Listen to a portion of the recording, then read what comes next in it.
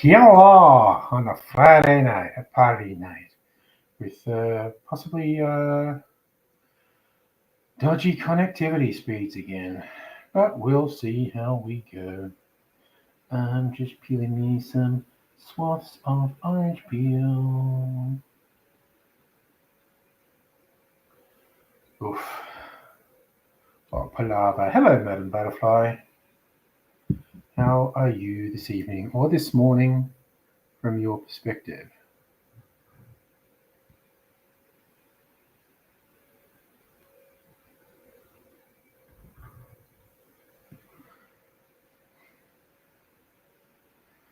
Trimming my orange peel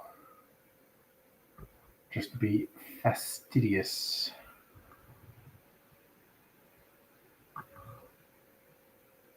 Yeah, just really uneven. Happy to be able to be hello.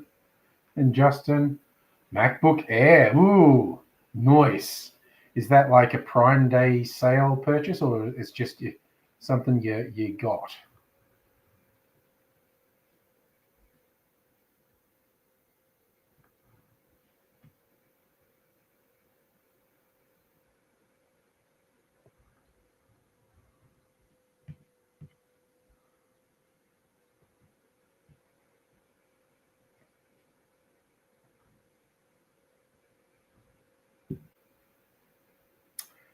All right. Got myself some fastidiously shaped orange peels now. All right. Neil, raise, swollen nose, dick in hand. Nice. Ah, nice. Got it for your birthday with birthday money. Good. Good to spoil yourself. Get yourself something nice. That's all good. So I reckon I'm going to make one quick video tonight. I'm going to taste the thing I took out of the barrel. And I've replaced it in the barrel with my orange liqueur. I'm going to try. You know what? I want to... Oh God, did I take... No, I didn't take the thing away. Because, what do you call it? Cointreau. No, Grand Marnier. Grand Marnier is a cognac-based orange liqueur. So I think I might put a little bit of brandy. I was looking at my different brandies. Oh, yeah. Maybe just the cheap brandy because it's going in a blend anyway. I'm not going to put a lot in. I'm going to put a bit in. Yeah, okay, that's the funnel.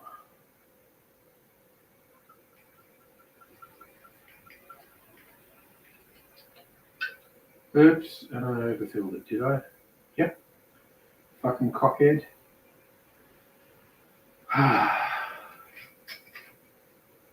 I should... Okay, should I go out and get a cloth now and clean it up, or should I just say fuck it and acknowledge? Oh, I know what I could do. I fucking know what I could do to salvage this. Make less of a mess. Actually, drain some of it out. All right. And I can have a cheeky taste of my blood orange liqueur. Holy shite, what was that? Because I put syrup in here, I gotta pick it up. I mean, mind you, Should do that with the old-fashioned as well, actually. Well, I think we're getting a bit of angel share going out of that. How long have I been in there? 2 weeks.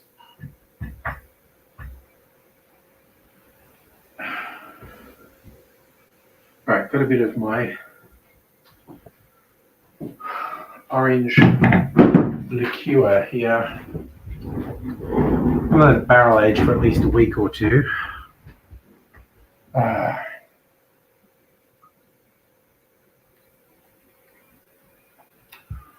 Ooh, that is a proper orange flavour. Friggin' nice. Justin told you. She was like, why? Asking you, damn right, spoil yourself. Yeah, birthday money, man, just fucking go wild. Oh, this is a like often when you get like orange curacao and stuff, I think it just tastes like sugar. This tastes seriously like orange.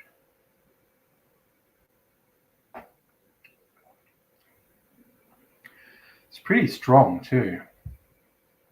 I could maybe add water to it even.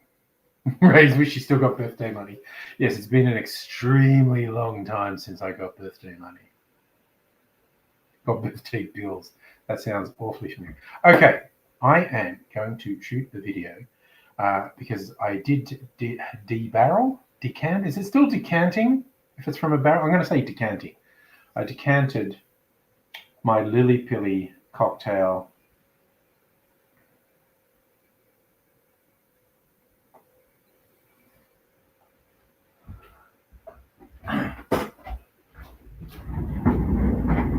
When I see what it's very dark.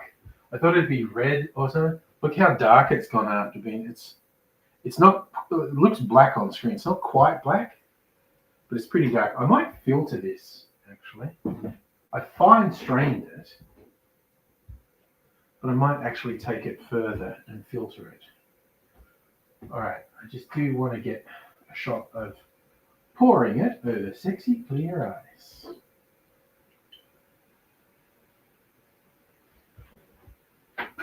Chloe's bloody hell showing off.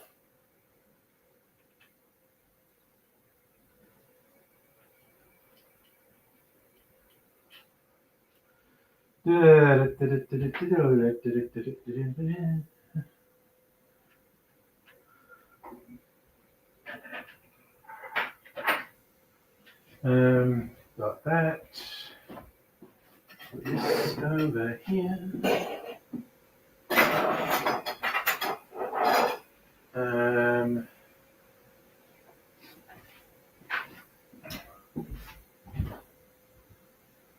All right, we'll do this thing where I'm going to blowtorch the ice because it's all frosty. Just so it looks proper and clear.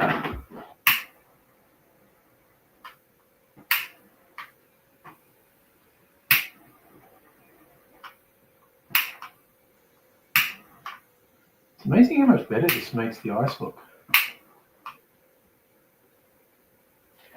All right.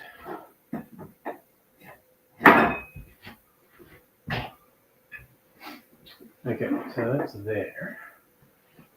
And after I fill this glass, and I'm going to get a cherry too.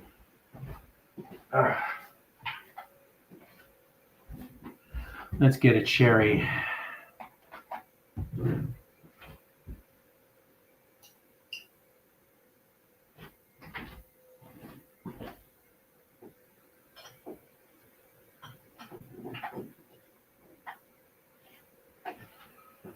Okay. Get a little ring light. And let's frickin' go. Okay. And put this camera on the tripod.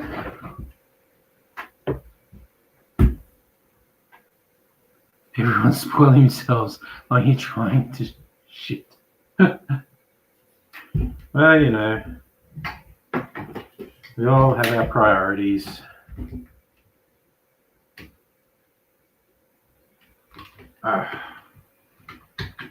Okay. Now, let's put this on here.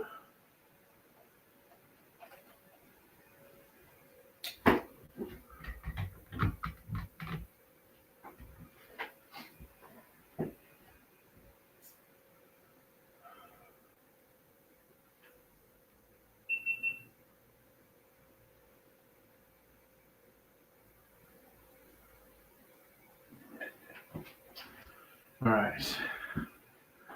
Got my orange peel. Oh, yeah, okay. Turn it on, because I fucking made that mistake last week. Let's just pour some of this over.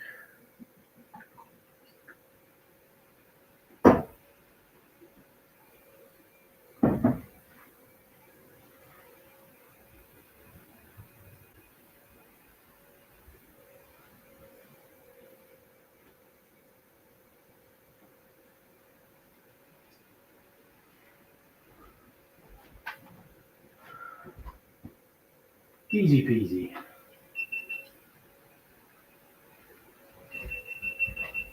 Ugh.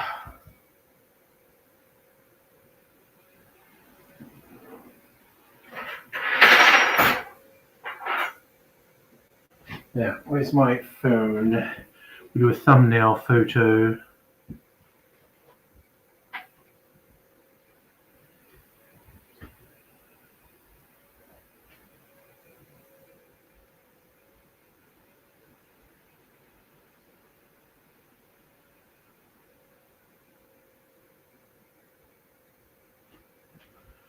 All right. Cheats.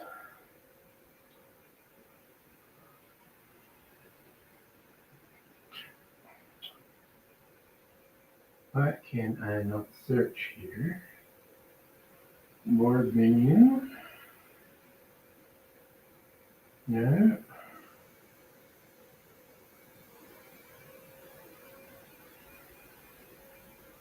What can I figure search? So you're right down to the August, which is miles down here.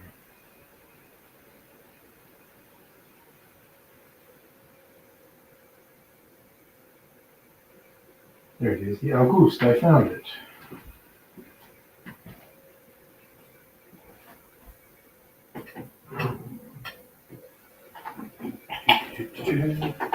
Got my cherries over there. Okay, Neil. I'll just do the talky bit for this. And then I'll sit down.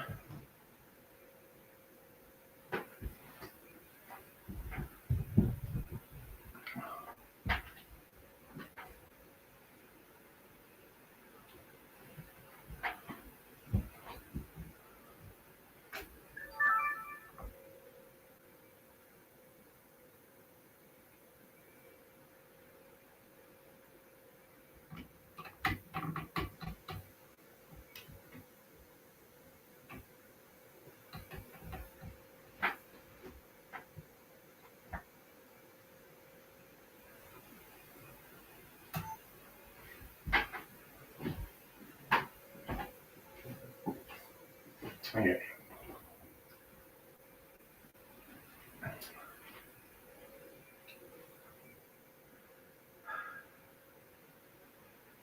G'day cocktail lovers. This is another batch cocktail with jam in it. I've made a few of these being inspired by one that was called the August. It's spelled August with an E on the end, so I think that's not to be pronounced August. You've got to pronounce that August.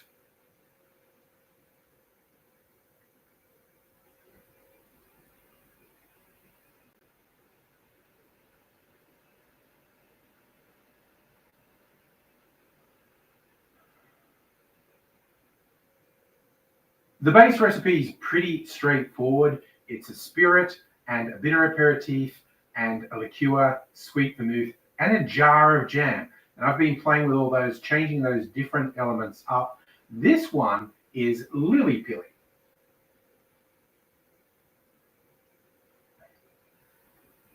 Lily Pilly, which is also called riberry, is an Australian native fruit. There's a few variations of it. It grows a lot in my neighbourhood, and we just got past Lily Pilly season. Trees just covered in this red fruit. And so Mrs. Andrew and I went and picked a lot of it. Definitely got us some weird looks from the neighbours with the ladder up the tree, picking fruit, people wanting to pass judgment. And I think, why do people need to pass judgment? Why does it matter what I'm doing? When they're saying, what are you doing? They're saying, piss off. It doesn't matter what I'm doing. It's nothing to do with you.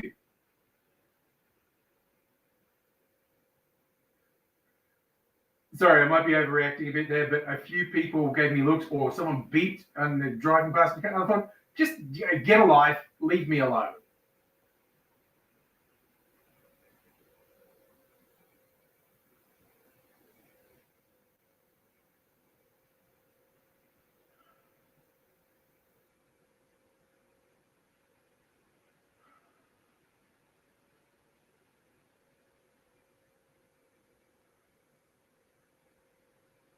The trick is you make the cocktail with the jam, leave it in a jar for a week. That was the original instruction. I then put it in my barrel for a bit more than another week, and it's come out, and I think it's gotten darker in the barrel. That's what I would expect, and I'm yet to taste it. So let's see what this is like.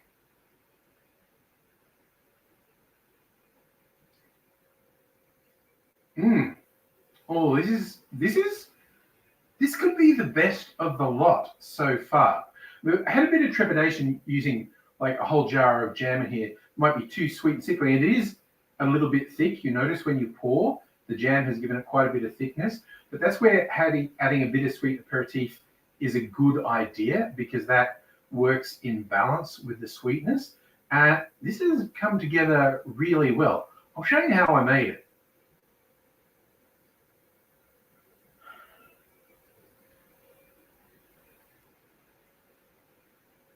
First thing is I put the jar of jam into a bigger jar.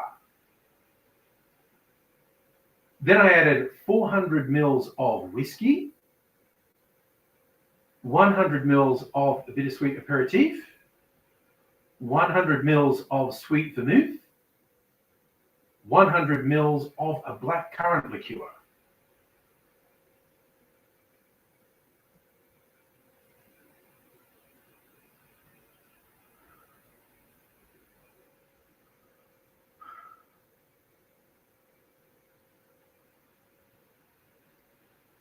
Once you take it out of the jar, or the barrel in my case, all that's left to do is pour it over a big chunk of ice, in my case, sexy clear ice, and I decided this would go well with a garnish of a twist of orange peel and a maraschino cherry on a skewer.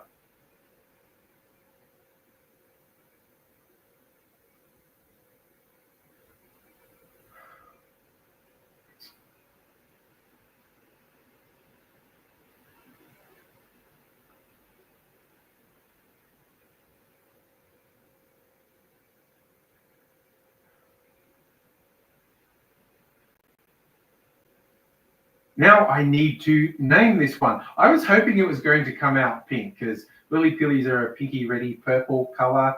They make a good syrup that comes out that color. It's not quite come out that, because in my head I go, well, I was going to call it Lily Pilly the Pink, after the old drinking song, drink a drink to Lily Pink, the savior of the human race. That's maybe a sign of my age that I know that. Other people may be looking at me going, what the hell are you talking about? It's okay. I'm used to people looking at me going, what the hell are you talking about? What I'm talking about now, this is a really tasty drink, and yeah, make a batch. It's ready for a party. Impress your guests by serving up a really tasty, interesting drink and having it ready to go. It's always a good thing. So I do recommend you try this or a variation thereof. Let me know how you go. Come back and see me sometime for some more cocktails. Till I do see you again, I'll say cheers. Gonna see how that all edits together down the road. Okay, switching stuff off. Not really planning to make any more videos tonight. You never know, I might make some short ones. Depends how the mood takes me, where the night takes me.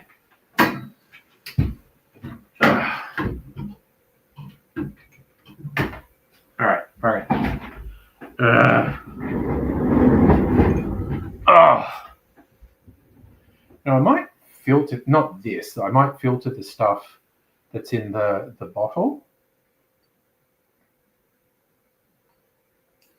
Because even though I fine strained it twice, there is a bit of sediment in there.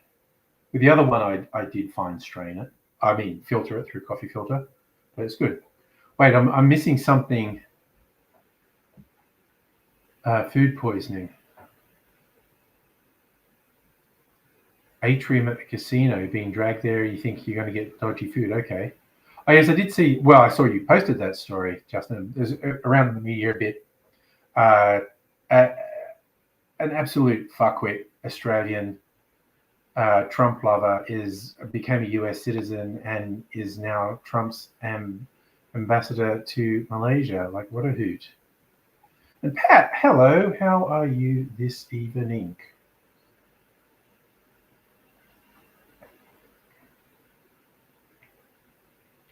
Yeah, you know what? I actually genuinely think that might be the best of those jam cocktails. They're all good. That's pretty tasty. Fruity. Very fruity drink. All right, well, that's probably the last of it. Oh, you never know, though. Might make some more jam drinks. I made a rum one. I've got hey, Safa, how you going?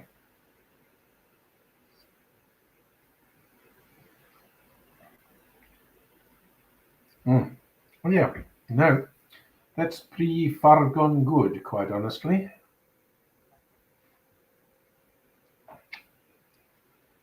Trump's nominee to Singapore is also weird. Just any of the sycophants in Trump's circle are going to be fucking weird. Gourmet beef and cheese pie. Classy. I had some sausage roll and tomato sauce flavored CCs today. It is quite dark. That's probably from being in the barrel for a week as well, but it's very tasty.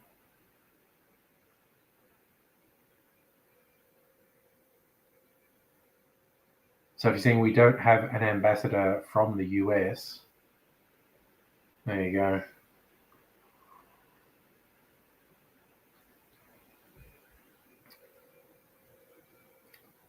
Say you live Trump hates Australia. Trump's a fucking moron. So, I think the first one I did was cherry jam. Raised through fucking dead. Yes, it does sound a bit rough what you're going for. Someone come feed you. If it were practical, I wouldn't, the man.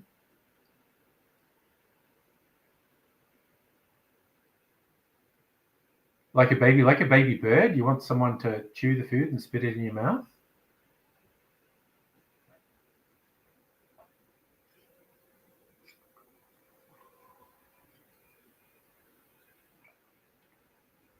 Oh yeah, I talked about that Liberia one the other night.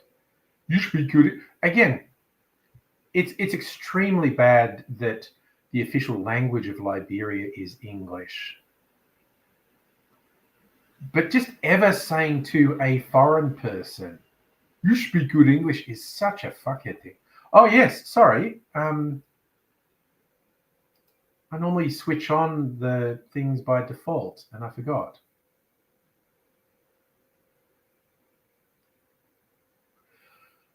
What about marmalade? We could. I'm not such a fan of marmalade, and there's already a bitter element in there. It might be a bit much with marmalade. And like I said, I'm not a huge marmalade fan. Hop twice some chips down your throat. Well, that's what you got to do when someone's sick. Safa, no. Okay, what are the odds I saw any car chase in Melbourne? It's a really fucking big city, and I'm only in one part of it. I know the chat thing isn't automatic. I have to switch it on.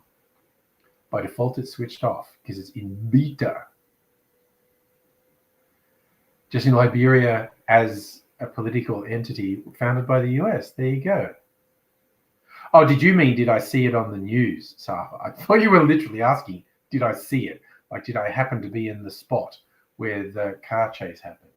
No, I didn't leave the house. Also, I haven't watched any news. I just noticed there's some fucked traffic things. Old person running up on the footpath and killing someone. There were certainly some pretty fucked traffic stories in the last couple of days. And me, I'm hooked on watching fucking dash cam videos on Facebook. You're scrolling, here's a dash cam video. And then I tried to not see the description of it. And I just watch the video and try and predict what's going to happen. I look at whether, is it going to be that guy? Is it going to be that guy? Is that guy going to do it? Is it, oh, it's coming up to red light. Someone going to run the red light? Very morbid fascination I have. Oh, missionary. So is this like the anti-slavery people who are anti-slavery because they're racist and they didn't want black people in America? Which is trippy AF, because whenever you hear someone's anti-slavery, you assume they're against the bigotry. It's like there was a subset of anti-slavery people in the US whose motivation for being anti-slavery was more racist than the slave owners. You don't feel like ice being punched vids. Yeah, the resistance to that ice bullshit is going up. Pat, no one wants to do, I mean, you want to do YouTube meetups. No one shows up, mate. They just went out of vogue sort of pre-COVID. Just the vibe changed, mate. Yeah, the UK probably had some colonial bullshit behind their anti-slavery stance as well, as in one of their colonial rivals was making a lot of money from slavery. So if they took a stand against slavery, they saw it as weakening one of their colonial rivals. It's a whole thing.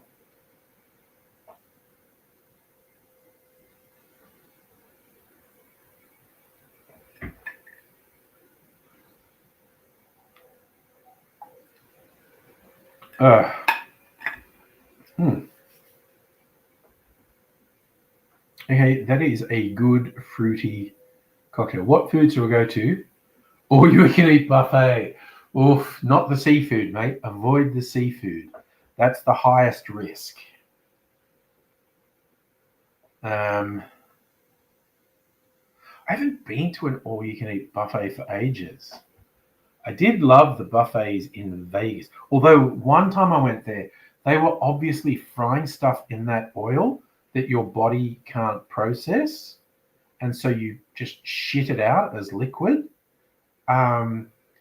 Because I was fine. I wasn't even sick. Then it was just like, and just shitting liquid.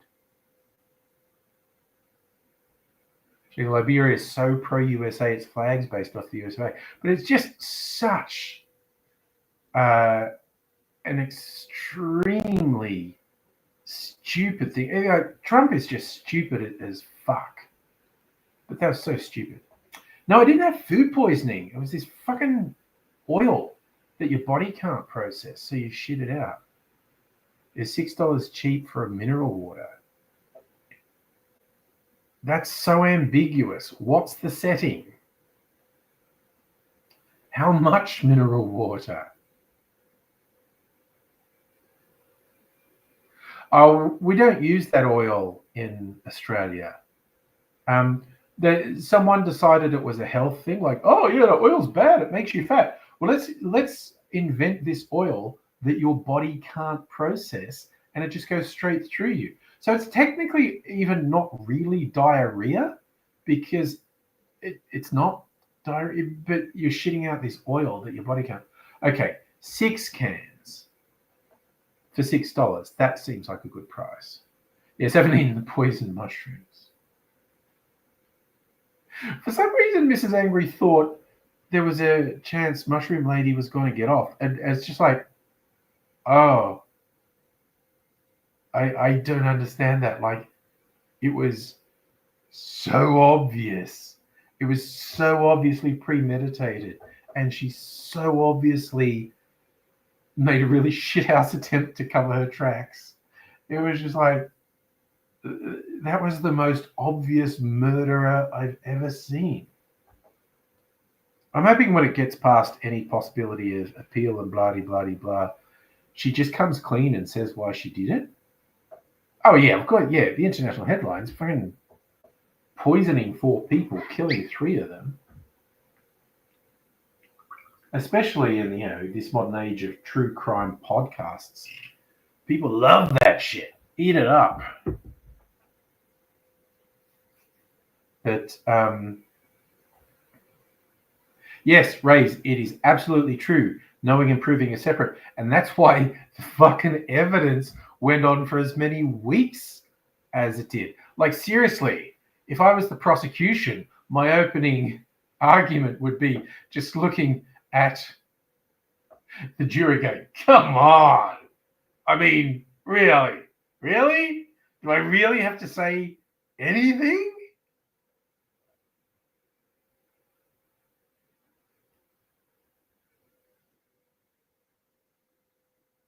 Yes, no witnesses. So, as Mrs. Angry said, it was circumstantial evidence. But TV cop shows that are full of shit have kind of poisoned people's minds in that circumstantial evidence means not good evidence. A compelling amount of circumstantial evidence is more than enough to convict someone.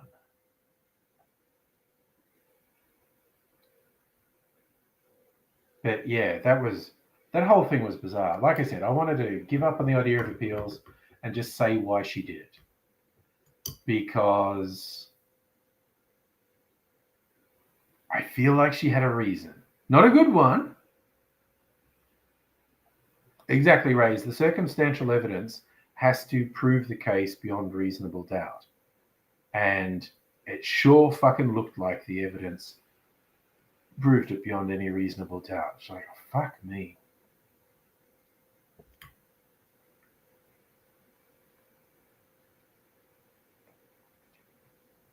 Oh, you know what it made me think of? Any Breaking Bad fans here?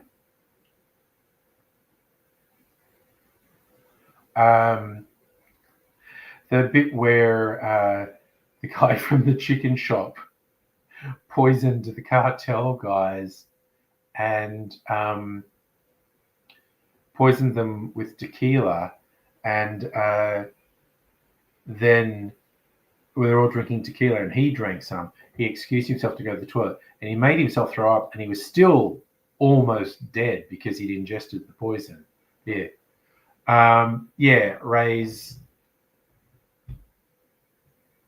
She seems like it's like the danger of being half smart and thinking, oh, I'm going to do things come from place. It was like so obvious she was doing it. Sorry, hopefully I don't get what you mean by if you're hiking, surely there's reasonable doubt. I don't get what that means. And yes, Justin, I did see you making that point. It is common for women who kill someone to poison them, whereas it's common for men to use extreme violence.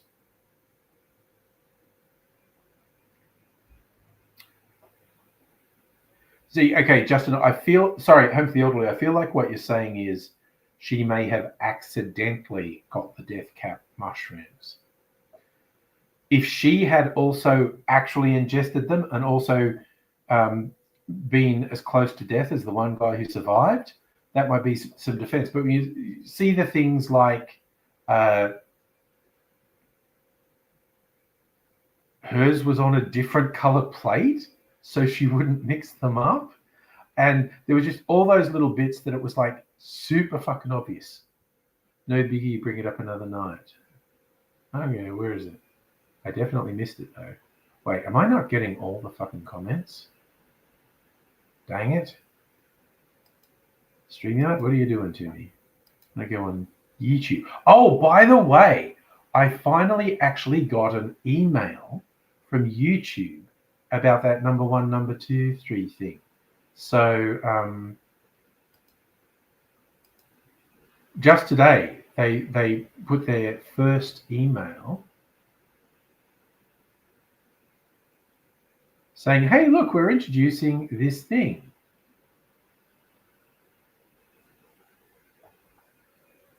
And yeah. And I also agree with what you were saying on the Discord. Unfortunately, they need to actually retain it, because that's what Twitch does. Or were we actually saying that on the stream last night? Lisa, hello. Oh, thank you.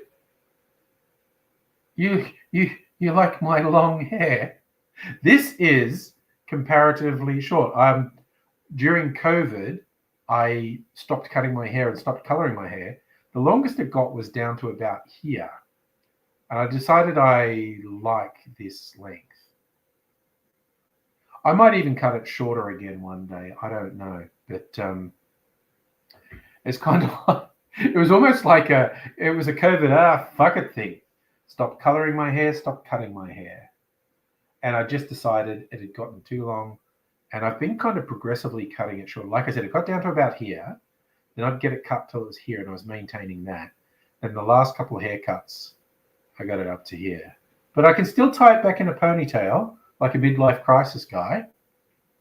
Though let's be honest, it's not midlife for me anymore. It's, what do we call it? Sunset years?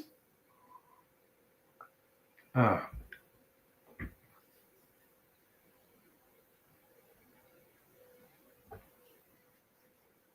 So, I probably said this about the other jam cocktails, but I think this would make a good spritz. Like, just do it in a tall glass with some of the mineral water, maybe? I might even do that later.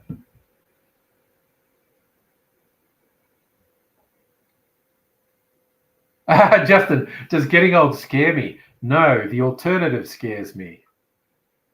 Oh, Lisa, I don't play games like on stream very often. I reckon the only like full-on video game I've played for the last couple of years is Red Dead Redemption 2. Sometimes on stream I get bored and I fire up Red Dead and I just go on murder sprees. My favorite thing to do is go into Saint Denis, and you go into the bar that you can go into, and I can hide behind the bar and start shooting people, and then all the cops come, and I just see how big a pile of bodies I can make. Psychologically, that's probably an indicator of something. Raised in this economy, getting old's the easy way out.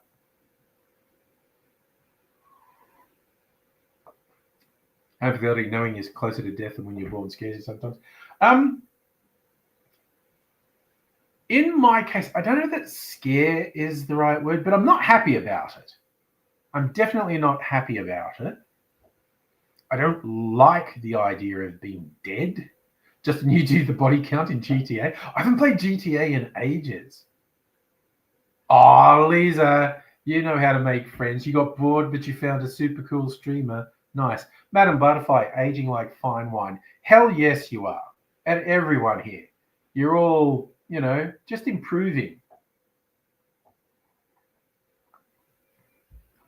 Like, seriously, I'm at the moment, I have a problem with my hip, just like lying the wrong way. My hip starts to hurt. And I'm like, fuck me. That is definitely a sign of being old. Rage, don't worry about it. Yeah, if it comes, it comes. If it's quick, that's a bonus. I'd like it to be peaceful in bed. I don't want it to be painful and drawn out. Just like, gonna go, die comfortably in bed surrounded by loved ones. But Jesus Christ, like Safa was talking about car chases today. There've been so many freaky fatalities this week. It's like, man, you just never fucking know. There was a family and they were just walking down the street near a playground, and a 90-year-old just lost control of their car and plowed into them and killed the mum and critically injured the dad and kid. It's like, you can just be going for a walk and someone can fucking take you out. It's that simple. I feel like I planted the thought, we'll never know what happened. Yeah, that's my big one. because I reckon the world's amazing. I reckon humans are amazing, even though I often complain about them and say they're full of shit and whatnot.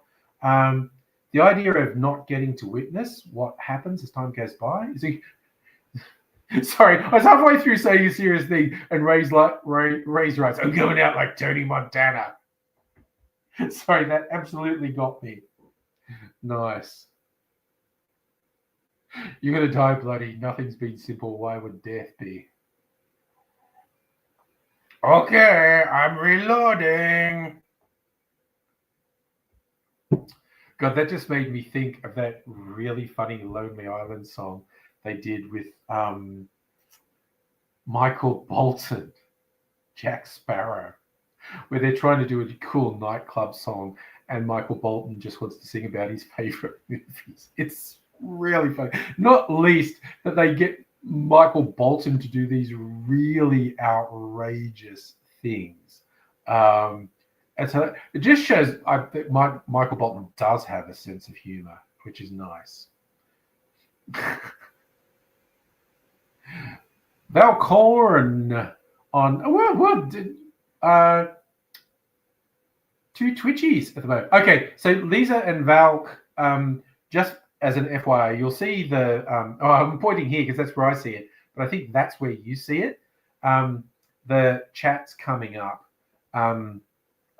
I use a service called StreamYard. Most people watch me on, it's normally just what I call an intimate stream. Most people watch me on YouTube. Raze knows the explanation I'm doing here. Yeah, most people watch me on YouTube, but some people like yourselves watch me on Twitch. Some people even watch me on Facebook occasionally. Yes, life is a pussy just waiting to get pushed. No, he says the town, isn't it? This whole town's a pussy just waiting to get fucked. And also, Lisa and Valk, given that you're relatively new here, you don't know. Justin, I can see you. I don't know what's happening. I don't know what you're seeing, man. And actually, Lisa, in response to your question, what's my favorite cocktail? Also, are you impressed by my bar? That's just the spirits. The mysterious cupboard of mystery has all my liqueurs and overrun of the bar. Val, it's hard to speak English. Oh, that's cool. We actually get people from all around the world. Val, where are you from?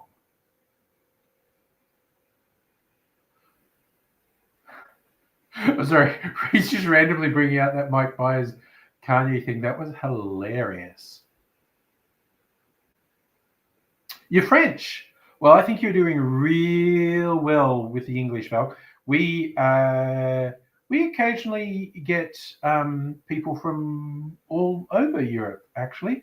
One of our semi-regulars, he's not here tonight yet, Rain Maridi, he is from one of the Nordic countries. Does anyone remember what country he's from? Sorry, what are all the no's, Rays? What am I missing? Oh, YouTube is blocking your comment. And Lisa's in LA. Nice. We also do get people from the US. I think, so Valk, you're in France. Lisa, you're in the US. Oh, no. Madam Butterfly is in the South, in the US. And the rest of the people are scattered over Australia. Anyway, Lisa, you said, what's my favorite cocktail? It's the Old Fashioned. And I have been barrel aging a huge old batch Old Fashioned cocktail. Shake it a bit. I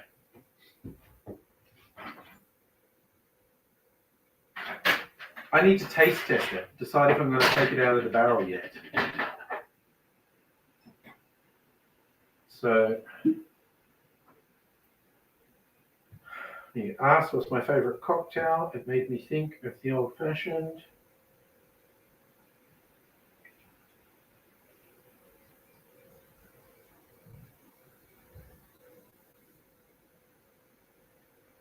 I don't even remember what I put in here, but there's probably at least 4 different whiskies in it and several different bitters. Ooh, and it's a nice dark color. So we'll have to see. All right. Lisa, no, I do not even have the excuse of it being my business. Just during COVID, I got super obsessed with cocktails. I've been getting progressively more into cocktails over the last 10 years, but my habit got out of control during COVID. And I did start a cocktail channel, a small cocktail channel on YouTube. Thanks, Val. I'm glad you like my passion being cocktails. I like it. So, okay.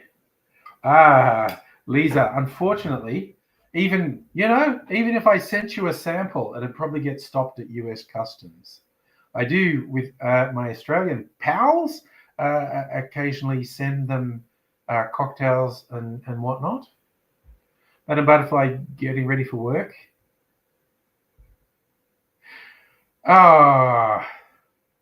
Don't lead me on like that, Madam Butterfly, honestly. Do a live cam if you're getting dressed for work. Oh, no, I know you were joking, Lisa. I'm just playing along.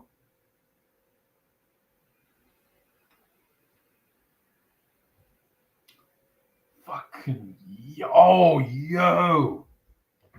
Oh, that's such a good old-fashioned. Okay, I think I am going to decant that and put it in a bottle. That's so good. Oh, God. You're trying to eat a palmier with a broken nose. Oh, my God. Oh. That's so smooth. Oh, my God. That's so nice. Lisa, ask something. My vibe caught you off guard. You can ask me anything. We talk about anything and everything on these streams. Just had to request old pay slips to do US tax return. Yeah. Ooh, don't be like Paul Hogan, who told the US tax office he was filing tax in Australia and told the Australian tax office he was filing in the US. And he got away with that for a few years before they caught up with him. Lisa, not going to lie. Look, honestly, someone beat you to it, Lisa. And I love people on Twitch who are doing the hustle live. Actually, Lisa, look, I am going to put a thing for my Discord server here because I actually have some thoughts.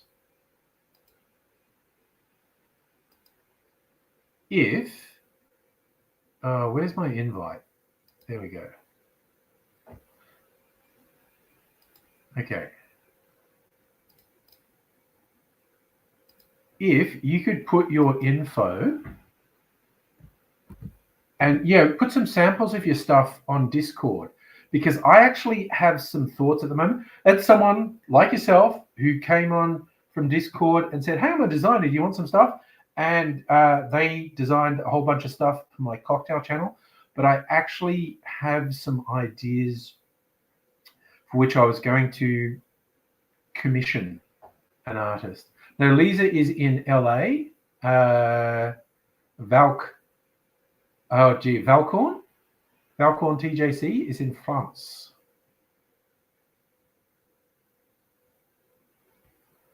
But yeah, put your design stuff on Discord because I am actually formulating some ideas. Fuck me, that old fashioned's good. Hot damn. I am going to decant that sucker. I could do it now. I've got a bottle of old fashioned. Terrible from a terrible part of Switzerland. It's hilarious. My geography is so bad. People could talk about two countries in Europe being next to each other, and I just believe them. Let me see. Okay, Lisa, let me see. Yeah, no, there you go. You're on the server now. So absolutely feel free to put some examples of your design in there. I would love to see it. Next one might be mineral water, Safa. Thank you, my better angel. And I talked you into getting the double crunch barbecue chips. Nice. I didn't already have the dinner thing. I told you last night what I was going to have tonight because I made a huge pasta bake and there was still some left over tonight. And I had that. I can even tell you in advance what I'm going to have tomorrow. I got the ingredients to make burritos tomorrow. So that's what I'm going to have for dinner tomorrow night. Yeah, absolutely. Lisa, please share some examples there. I would love to see your work.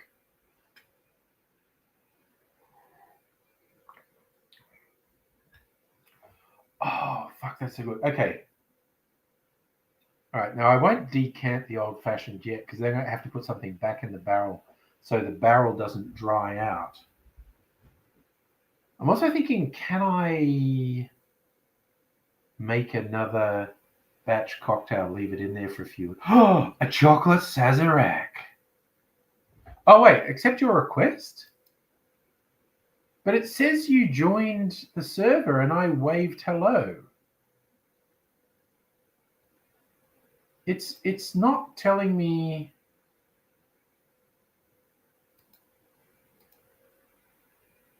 There's nothing saying there's a request for you. Oh, friend request. Okay. Sorry, I did that. But I think you're on the server anyway. So, yeah. Maybe I've done it now. Raisin needs chocolate. Yeah, help the blood sugar. Definitely.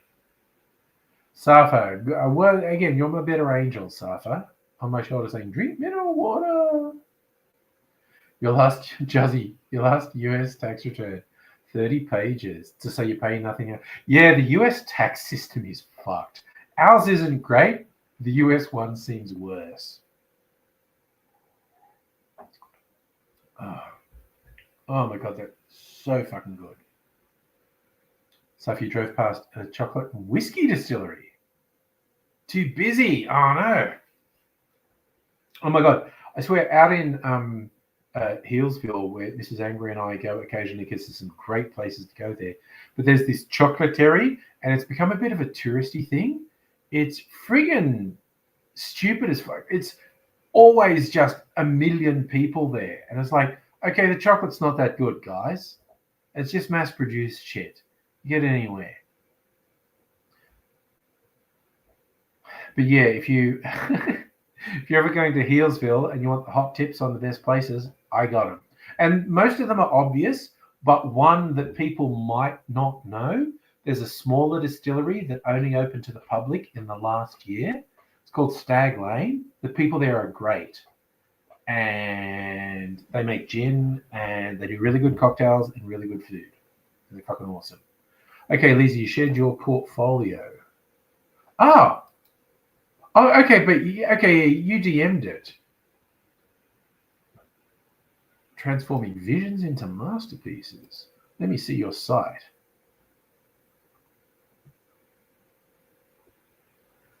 Behance.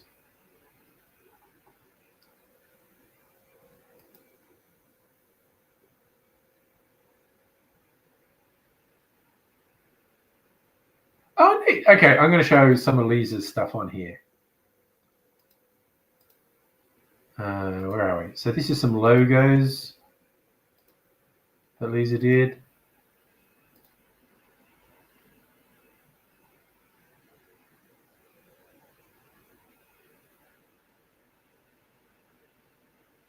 Nice. What else is there? Overlays. Wait, sub badges. What's in sketches? Oh, nice.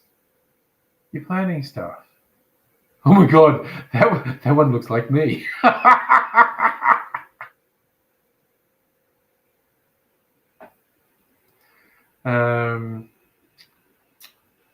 Oh, you do VTuber models.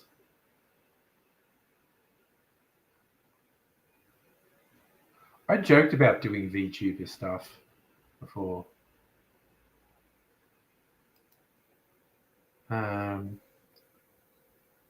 Oh, you do intros?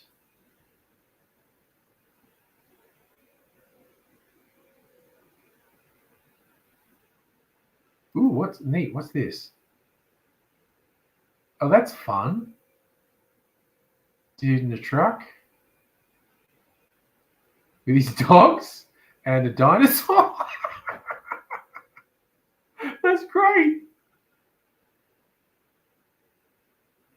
Oh yeah, see, you do the emotes. I've not got that much into that whole thing. Oh, okay.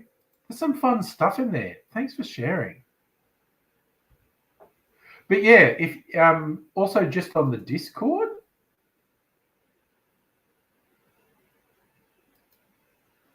I'm happy for you to say post one or two things on the Discord and say, hey, this is me, this is what I do.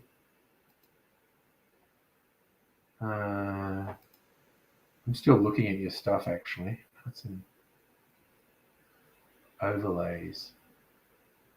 Oh, yeah, okay. No, yeah, I'm seeing that. If I got more into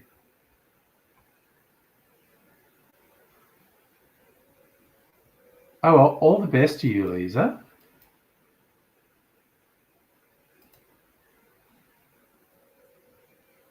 But what did I like most in the portfolio? I would actually okay.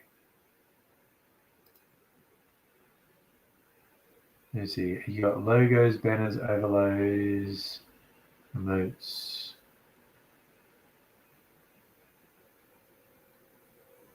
Wait, what's in thumbnails? Ooh! Oh shit, you do good thumbnails.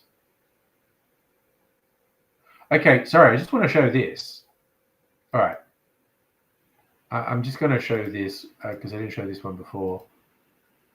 But yeah, these are some of the good thumbnails. Oh.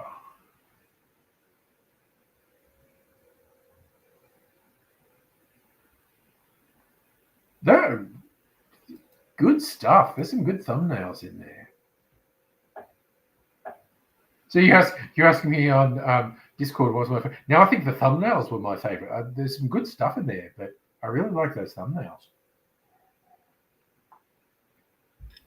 Oh my god, that old fashioned is fucking killer.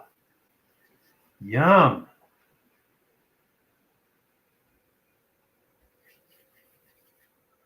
ASMR. I have no idea why I'm rubbing my hands together. I just realized it was making noise. Oh god, where are we? Oh god, it's only 9 o'clock. Okay. Oof, 3 cocktails in the first hour. Definitely time for some mineral water. Got to keep myself going. I had a nana nap this afternoon, so I'm feeling invigorated. Took a shit before the stream, so I'm feeling cleaned out and liberated. So we're going to see how we go this evening.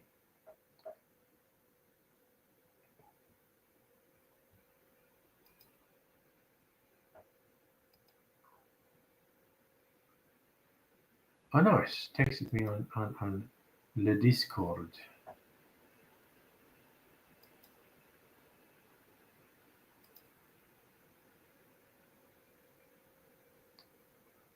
Oh, okay. So, okay.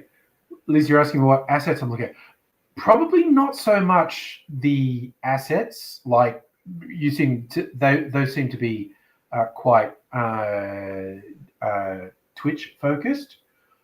But something I've just started thinking of is to maybe get some commissions. You see here these colorful shirts I'm wearing. I know a site where I can get custom made shirts. So I was thinking, this is just very early stages of me thinking, I'm thinking of commissioning some original artworks to get custom made shirts. But it's just very early stages of thinking about that. So we shall see what we see. And in the meantime, share my idea on Discord. Yeah, true.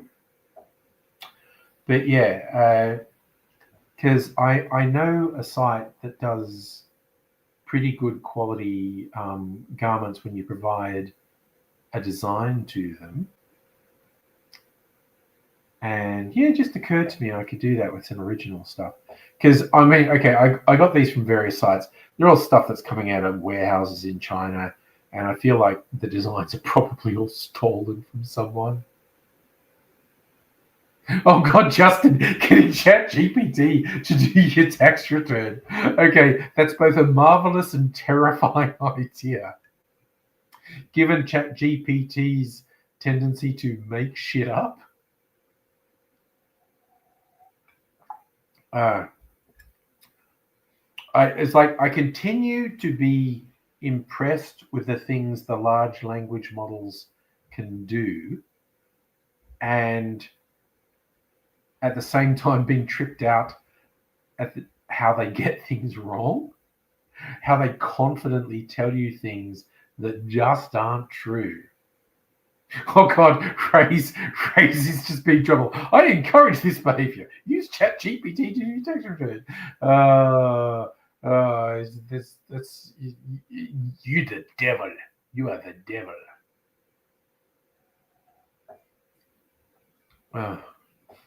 Whew. Okay, I'm feeling real good having 3 cocktails in the first hour, but Safa is definitely the voice of reason telling me I need to drink some mineral water.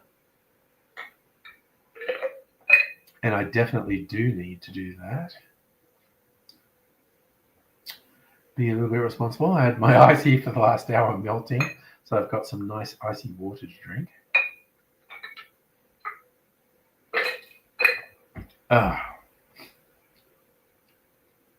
Yes, thank you, Lisa. Oh, another Twitchy. Patricia, hello. How are you? I am well. Thank you very much. Just having a chill Friday night, even though we tend to call it party night, being pretty chill tonight. More Twitchies than normal, and it's nice to see you. So if you want your liability to be 0, I understand that. Raises upset that Safa's encouraging responsible behavior. Patricia, glad to hear that. Doing well, great. Okay, Patricia, where in the world are you? Because the folks joining from Twitch, I've had someone from France and someone from Los Angeles in the US. From whence in this fascinating globe do you join us, Patricia? Oh, Patricia, I'm normally like a just chatting guy, and in fact, I'm a cocktail guy. I tend to make cocktails on the stream.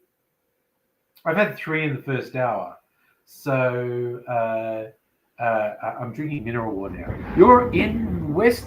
You're just in Virginia, not. Sorry, I have friends in West Virginia, internet friends in West Virginia, and I always say this: West by God, Virginia. Madam Butterfly, who was here earlier, is in Memphis, which I know is not Virginia, but kind of in an area. Safa, I meant to tell you, I've been re-listening to an audiobook, trying to be smart. And you actually, did I say where I'm from? I'm in Melbourne, Australia, Patricia. I go into my friggin' Audible. What's the book called again? It's called The Dawn of Everything, A New History of Humanity by David Graeber and David Wengrow. This is the second time I've listened to it. I listened to it about 6 months ago, and I knew I wouldn't have taken most of it in, so I'm listening to it again. It's really fucking interesting.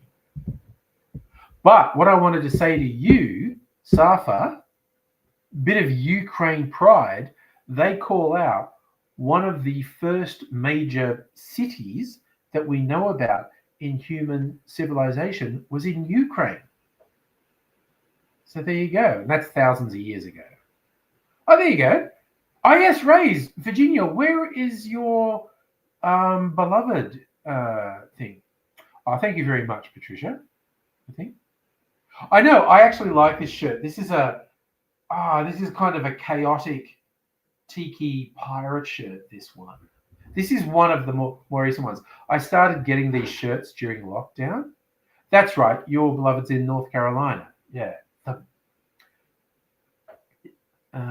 So yes, Patricia, Ray's is, we're always cheering for him to get his green card so he can get married.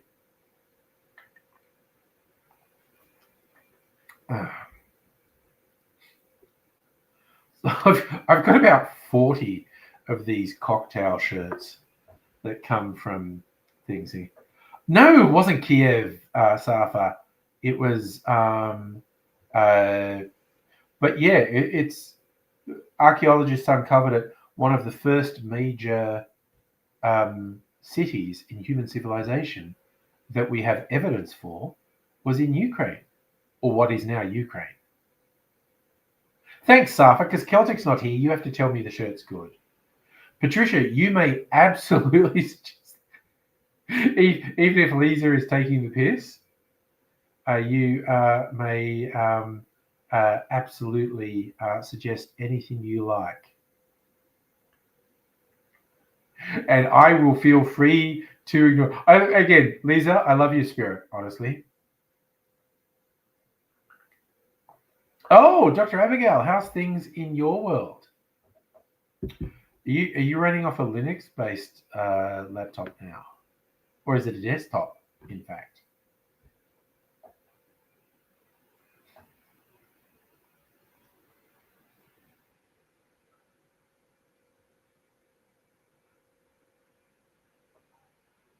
Safa, was it in Crimea? Well, again, in this book, they say they say it's geographically in the area that's now Ukraine. Patricia, oh God, okay, you're a person who knows Twitch stuff. I don't. I'm just restreaming to Twitch because it's no effort on my part. I can upset Rays by saying my whole spiel again. I use StreamYard. Most people know me through YouTube, but it's no effort for me to restream to multiple platforms. So I restream to Twitch and even Facebook. I'm thinking of changing Facebook to TikTok, doing live streams on TikTok.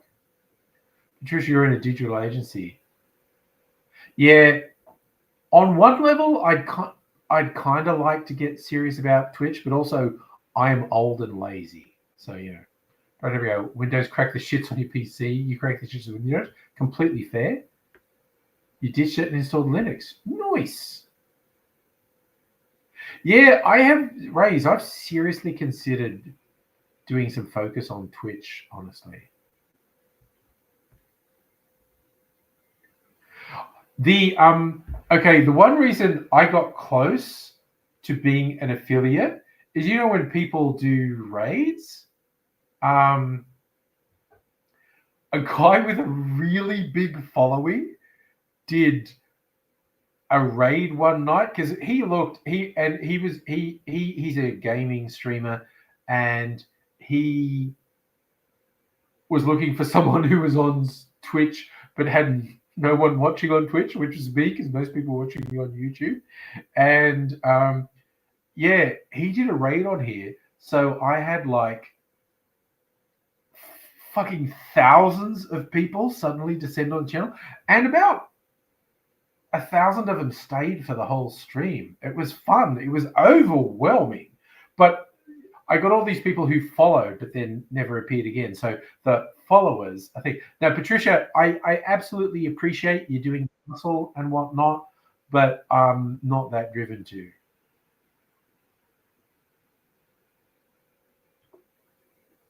I love that, Dr. Abigail. Twitch is great and the best platform and is simultaneously going down the shitter. Yeah. Me, I'm just being chill and hanging and whatnot, and I have no real drive to do it. Because, I'm old and I have a day job. And so I just do these streams to chill and chat and hang out. But absolutely appreciate folks doing the hustle and saying, hey, I can help you with this, that, and the other. Like, good, you do you. It's all cool. If you're not a dick about it, I'm here to talk to you.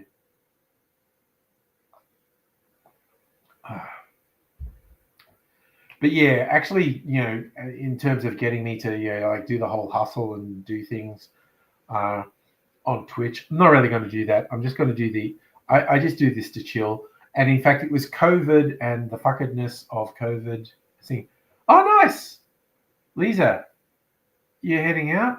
You been cool? Catch you on Discord.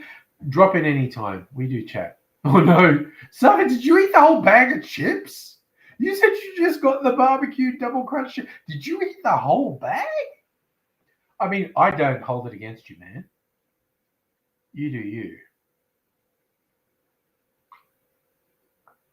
But yeah, I'm kind of notorious for binging on chips, and I'm trying not to. I'm trying to be good. Oh, okay. Is Home for the Elderly being dragged out to the fucking, what was it, the casino or something with the smorgasbord? Lisa, wait for my precious idea. Look, it's just germinating in my head. It might come out. Oh God, you're consuming a lot of your blood rays. Oh my God, the way you're describing how much blood you hock up is just like beautiful and graphic, and I love it. You have a small bag? Do they only have small bags? I thought they only had the big bags. Do they have small bags? I don't know. I'm not being judgy, Safa. I probably sound judgy, but I swear I'm not being judgy. Also, I was in the supermarket, Woolies again, and they had the blue twisties, the one that makes your tongue blue. I just barely resisted the urge to get them and have a blue tongue on the stream again. Thanks, Lisa. Look after yourself, and I absolutely, words of encouragement for someone doing the hustle. You go. Oh God, Dr. Abigail, what are you asking for pictures of?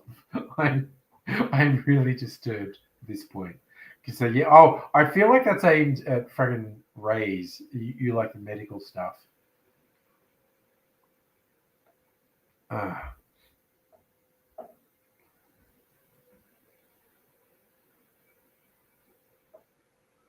See, you have chocolate. Well, that's good.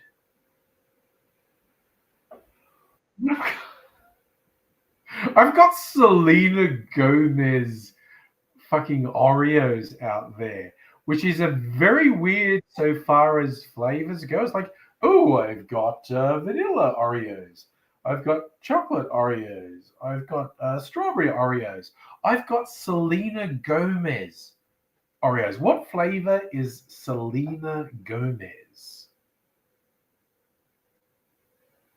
Look, as I said, Justin, I appreciate those AI images. You know my take on it. I have too many artist friends. Those companies are evil. But anyone who's just having fun with AI, I don't hold it against anyone. You're having fun, and all good for you.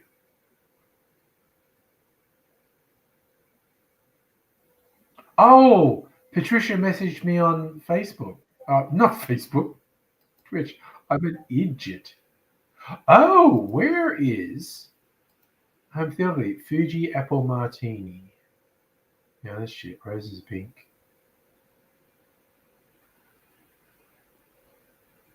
You know what I think about fucking. Okay.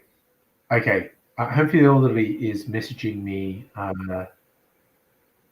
Oh, you have an opinion about the Superman movie? I'd be intrigued in that. Okay. So, Home for the Elderly is somewhere, and they've got things. Boba tail, lychee, grape, jasmine, peaches, and passion. Okay, you've got to get the clarified mango colada. I need to know what that is like. I'm obsessed with clarified cocktails made by professionals. You've got to get that until Butterfly Tranquility. Highland Breeze. Scotch, apple, peach, bitters, lemon, Fuji. God, they're into their Fuji apples, this place. I'd be interested in the Highland Breeze too, quite honestly. What's this one? Myrtle Honey Sipper, Gin Italicus Lily Blanc. Jesus Christ, there's some interesting. Strawberry Chamomile Negroni, Gin Campari Sweet Mist,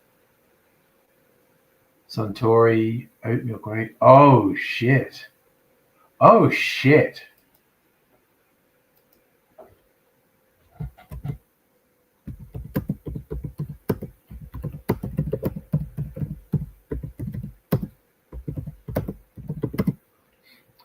I'm telling Ability to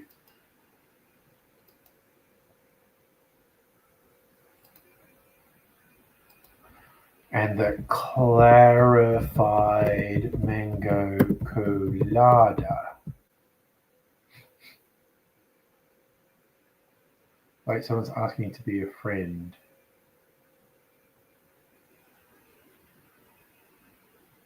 Pending. That's Patricia. I mean, that's fine. Patricia's just doing the hustle stuff.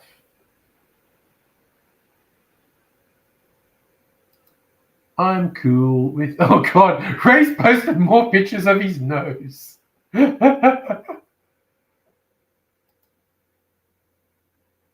Oh God. Okay. Yeah, I'll show you the messages. Man of Steel's a great movie. I don't mind. Yeah, Zack Snyder Man of Steel. James Gunn's one's way better. Nice. 213 out of 10. Okay, cool. Kind of lucky there was no dick pics there. That.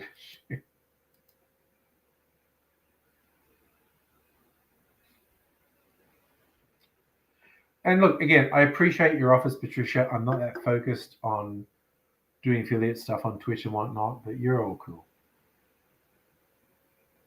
Yeah, Ray's. Look, again, I look. Everyone's experience of art and entertainment is subjective. I kind of liked Man of Steel. It's not like my favorite movie, but I kind of liked it. I am interested in the James Gunn Superman.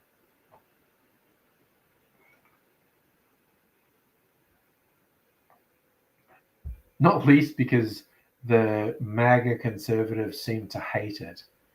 It's like, because fake fans, they don't even know what Superman's about. Is Patricia related? I don't know. I hardly ever go to the cinema, and that's because of COVID. I don't want to be in an enclosed space with recirculated air. Oh, Rays, they hate it because I think they play up like Superman is an immigrant and whatnot. They hate it just because they're fucking weirdos. They've got to turn everything into culture war bullshit. Oh my God. Bubbly mineral water is giving me the hiccups. Justin, you watch Rugrats. My kids watch Rugrats, yeah. Yeah, that's what I thought, yeah. Because original Superman was really pro the underdog and anything. Suffer, what does that mean? You're interested in fan fortune. You're confusing me, my man.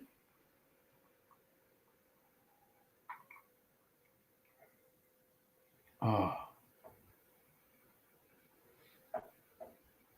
Actually, Pat, you raise a good point because Ray's promised he was going to join too,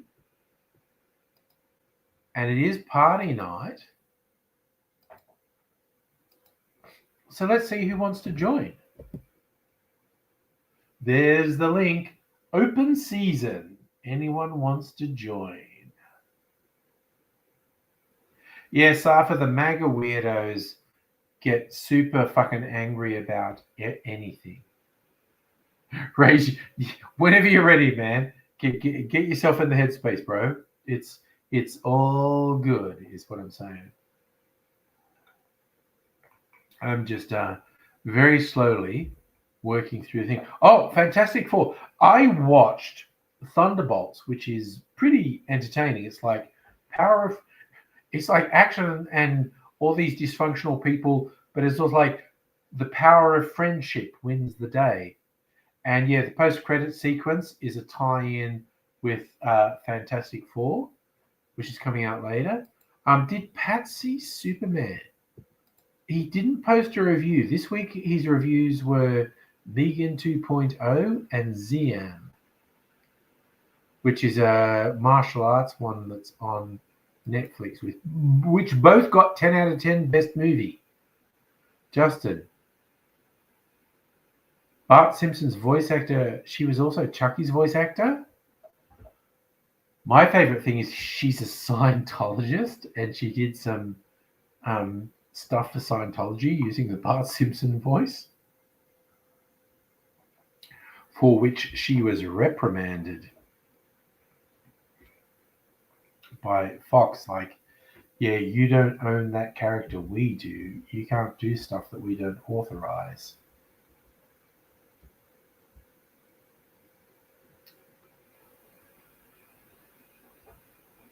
I reckon. Oh wait, Pat, how you doing, brother? Your microphone's not working. I can't hear you.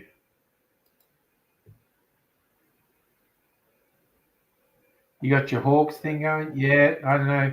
Your headset's broken, brother. I don't know what's going on. Is it on? Now I can hear you. Yeah, it's my that. Do that. Hey, are you going to see the Superman movie? I don't know. All right. Well, Dr. Abigail looks really good. Maybe you should go next week and give us a review. Well, Monday. I don't know. I don't know when you go to movies, but yeah. Mondays. Mondays.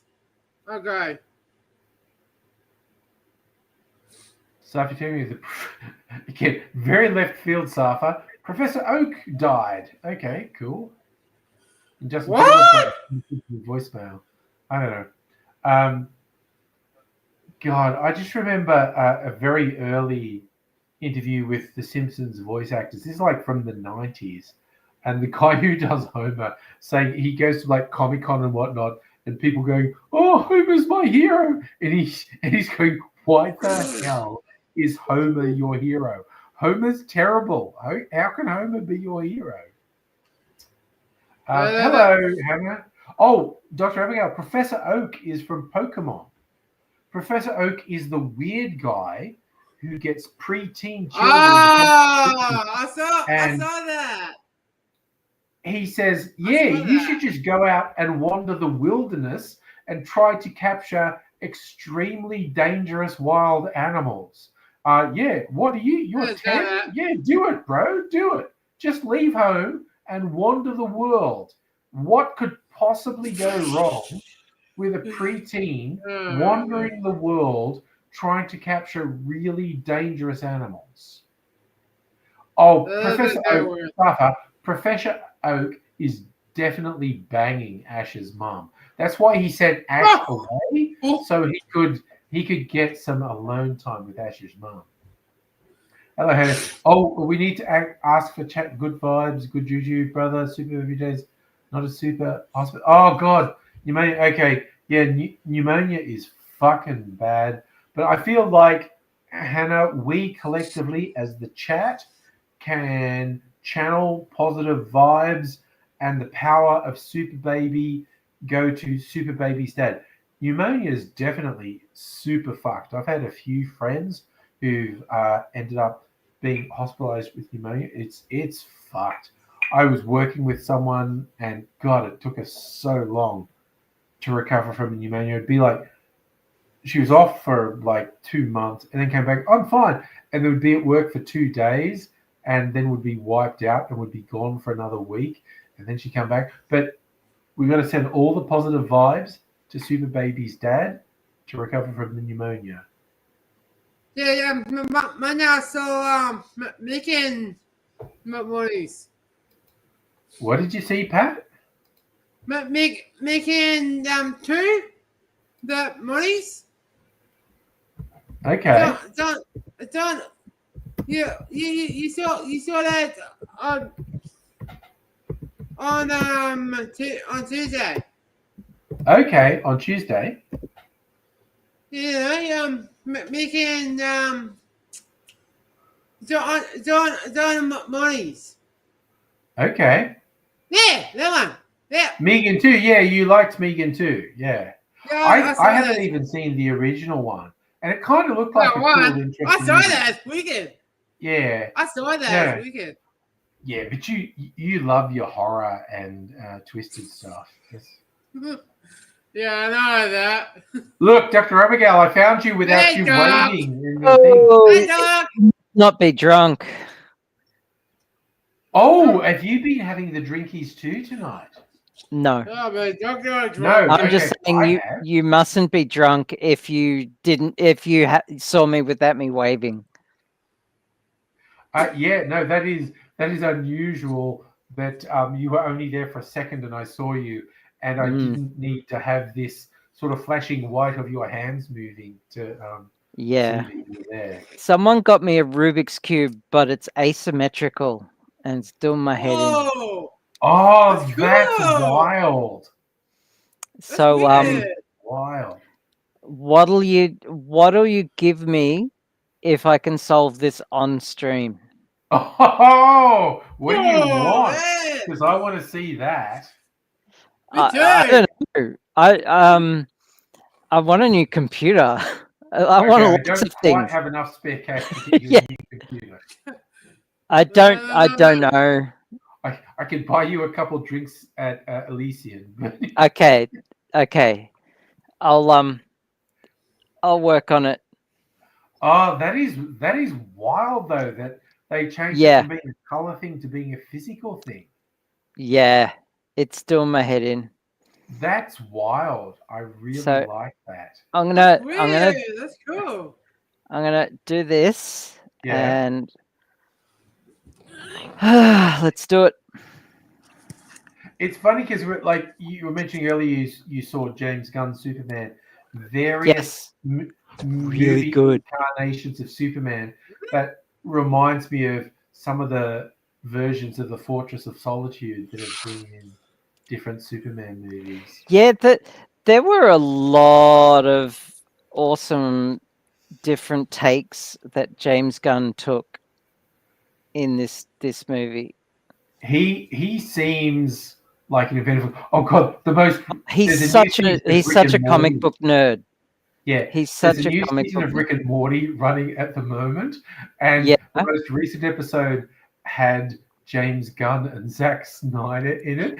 And I was watching it going, I have this suspicion that's actually the real James Gunn and Zack Snyder. And they were basically lampooning the. And I went, yeah, you get to the end and it's going, start. And it was the real James Gunn and Zack Snyder doing these Rick and Morty versions That's of themselves. awesome. And it's like, oh, you guys are willing to take the piss out of yourselves. That is a good sign that your ego is not so out of control that you can't indulge in some self-mockery. That's awesome. That's who does the voice acting now for that show? Is it Oh, still because they got rid of Justin. What's his name? He was a fucking creep. Yeah. What Yeah. was funny? Okay, there were two animated series, Rick and Morty, and so they just got someone who could and Solar basically Opposites? sound like Justin Roiland, and Yep. but the other one is Solar Opposites, and if you've never watched that, I thoroughly recommend it. I think it's really funny. It's these aliens who land on Earth. They changed it to a completely different voice, and he's actually English. They changed it from Yes. American to English. I know about that one. Yeah, that one's And they had good. this whole thing where he voices over and I goes, didn't saw that. my voice is like, also, this is retrospective, so if I have flashbacks to a previous time, I will still sound like this. Yeah. So Rick and Morty, they just got someone who could sound the same, and Solar Okay. Opposites, they just went, fuck it, we're just getting someone who sounds totally different. Because apparently, on top of everything else, the reason Justin Roiland got dumped is because he was a serial sex pest. no one liked him either. It was like it was Really? super easy for all the people to dump him because he's like, the guy's a fucking prick and we don't like him. That's hilarious and awful at the same time. I know, hilariously awful. But yeah, he was just there. And when all this stuff came out, they were like, yeah, no, dude, fuck off. You can't be involved in this anymore. And also, it's very easy for us to make this decision because we never actually liked you. That's kind of weird. But yeah, I am enjoying the new Rick and Morty stuff. But it was kind of fun. They're taking the piss out of James Gunn and Snyder, and then you get to the end and it's like, oh no, it was really voiced by James Gunn and Zack Snyder. That's classic. It was pretty funny. It's kind of like when people I don't like show they have a sense of humor. I'm like, oh, I don't want to feel more favorable to them. But J.J. Abrams has a really good sense of humor and is willing to make fun of himself. Yeah. Like even like he knows he's a meme. George Bush has a good sense of humor and he's self-effacing. Oh, I hate that makes me soften towards you towards a war criminal. Yeah, that's oof. That's a big oof. But and I fully admit, like, oh, that's a character weakness in me. That if someone has a genuine sense of humor and can be self-effacing, it softens my attitude towards them. Again, George Bush still a piece of shit. War criminal. He should never have been president. People. But, yeah. Lens flare. I think. Oh God, that was okay. So J.J. Abrams and his love of lens flare, which is hilarious. Even as much as I love his Star Trek movies, they're almost a satire of his filmmaking style with the lens flares. I remember a social media post like, God, this is going years back. Remember, who's the goth? Tim Burton did a movie remake of the old TV show Dark Shadows with Johnny Depp in it. And I don't think I've even watched that beginning to end and whatnot. But there was this social media post which I fucking loved. Like, okay, Hollywood's just taking the piss now. Tim Burton's make a movie called Dark Shadows. What's next? J.J. Abrams making a movie called Lens Flare.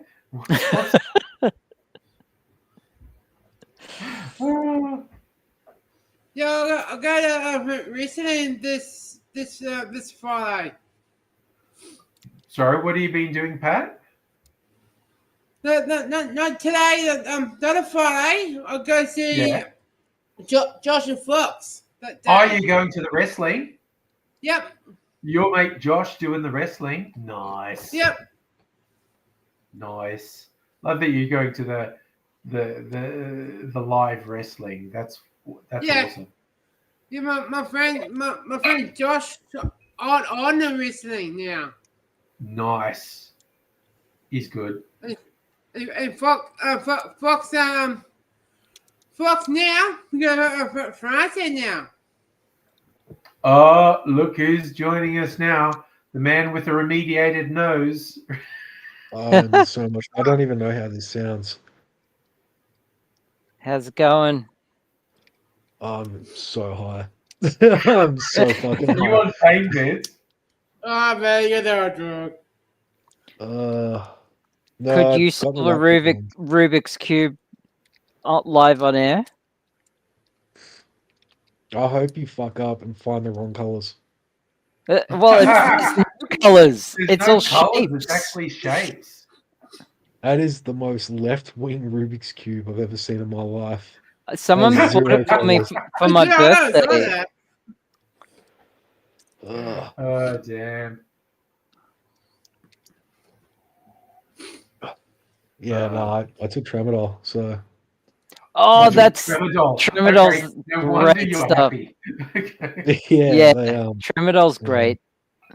And all the numbing shit's finally coming off my face, so like I can feel everything now. Oh God. Ow. Ooh. Damn. All right.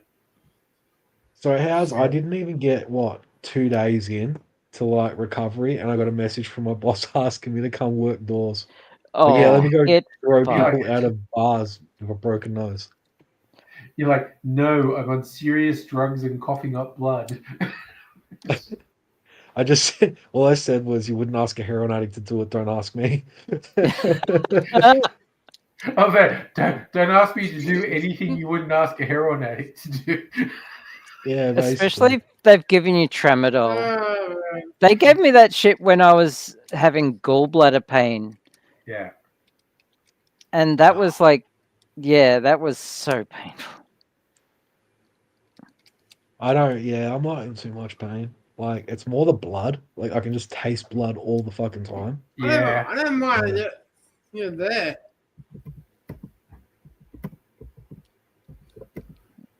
So I'm just Ugh. messaging Stricky Sega. He's off somewhere. Yeah, they were on. Yeah. He's getting some fucking smorgasbord and cocktails. He shared all the cocktail list with me from this place, and some of them sound genuinely good. So he's probably going to have a good night getting ridden off having cocktails and all you can eat buffets. Cool. I'm definitely getting a phone call. It's a good I'm combo. gonna get a Cocktails and all you can eat buffet. So yeah, it's fine. It's all good. It's All right, so whole I let's get a go. call from Soph being like, "Can you come pick us up?" I said no.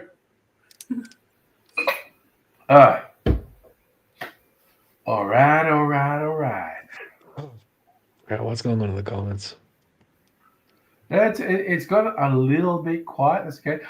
I love I can't help I feel boys. like 9 out of the There's a 10, lamp right 9 out next of to me. 10 of the people who ever joined from Twitch are people doing the hustle culture. Like, hey, I'm a designer. I can do stuff for you. It's like cool. I want to encourage you. You're doing the hustle life. You do you and whatnot, and it's all cool. Right up to the point. If you end up being a dick to me, I'll go on one of my little rants and call you a fucking dick and then block you. But none of them were dicks tonight. They were just like, oh, I do this thing. It was like, cool. I'm not super into that. It's just, and it's I don't know. fine. Once they are from France, and I just wanted to punch them. I like Grace. I was literally telling Mrs. Anglish tonight. She's saying like, how do the streams usually go? And we normally have fun. We don't get that many trolls. Occasionally we get one, and I'll go but I feel sad if we ever get a troll and Ray's isn't on there because Ray's releases all his frustration on trolls. So if you're here and one of them comes in, I'm going, okay, like, hey, troll, I just find you boring, but Raze wants to release some frustration on you, so here we go. But on the times where we get one, I go, my only disappointment is that Raze is not here because he would just do both barrels on you. Me, I'm just going to declare you boring and get rid of you. boring. But it's early days. It's not even 10 o'clock yet. We could still get a troll tonight. Who knows? Mm. Well, I've got some pretty cool stories we from the haven't had a doors. decent troll for ages, actually. I've got some actual pretty fucked up stories, but funny stories from the doors. Like, we stole a wheelchair. I need a wheelchair. No Yeah, joke. I can get you one. This dude, he's Yeah. got like that Stephen Hawkins has, where you can't get up and you can't move and shit. He's been a fuckhead. He Yeah, fell out of his okay. wheelchair, so we jumped on his wheelchair and drove off of it. I have the video. Oh, lovely. One of the boys is actually screaming, "Timmy!" Hold on. Timmy. Oh my god. Just oh my god, that's really Oh yeah! What the hell? Oh, you're a madman. That's so fucking good. Oh my god. I fucking love it. Oh Yeah, god, no, that's so that's good. just one.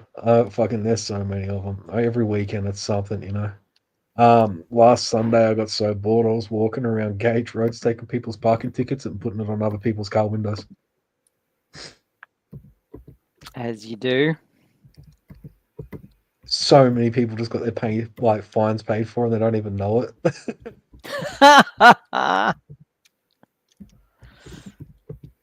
Yeah, so I'm just messaging home to the elderly. He's hoping we'll keep going long enough that he'll be back home. And because we were talking about TikTok last night and things I could do. So I actually edited a video and uploaded it to TikTok. And I want to see what he thinks there. And I'm going to say that might share it tonight, might be tomorrow night because it's not a date night tomorrow. So I'm going to do a stream tomorrow night as well. Probably not going as long as tonight, but yeah, I also don't know how long we'll go tonight. We'll see. I'm basically here for as long as people want to be here. We'll see what happens. Because like I said, I had a man map this afternoon. I am out tomorrow. What are you doing, Pat? Go out. You're going out? Yep. Is that tonight or tomorrow night you're going out? No, tomorrow. Tomorrow, I'll go afternoon. No, to the 8 a.m. Is the wrestling on tomorrow? We know that Pat was probably involved. Oh no. So Ray, we need to stress. Pat's definitely not going out, taking out contract hits on people tonight or tomorrow night. Yeah. No, Pat's doing something completely innocent.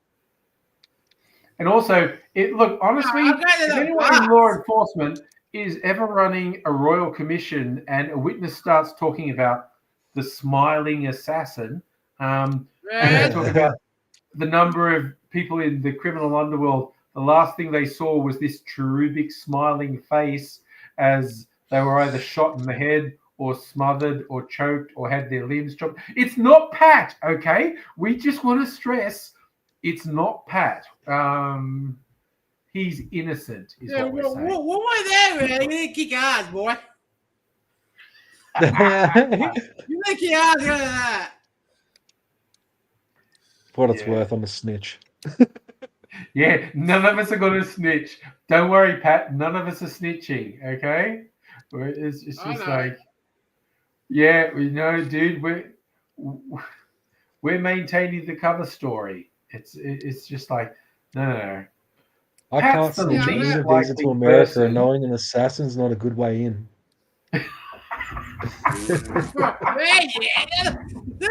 I'll go to the bus, go to the mall. It's completely innocent, Pat. It's everything you say or do is completely innocent, and the fact that terrified mobsters have talked about the smiling assassin being the last thing people see, it's got nothing to do with you, mate. It's not you. It's not you.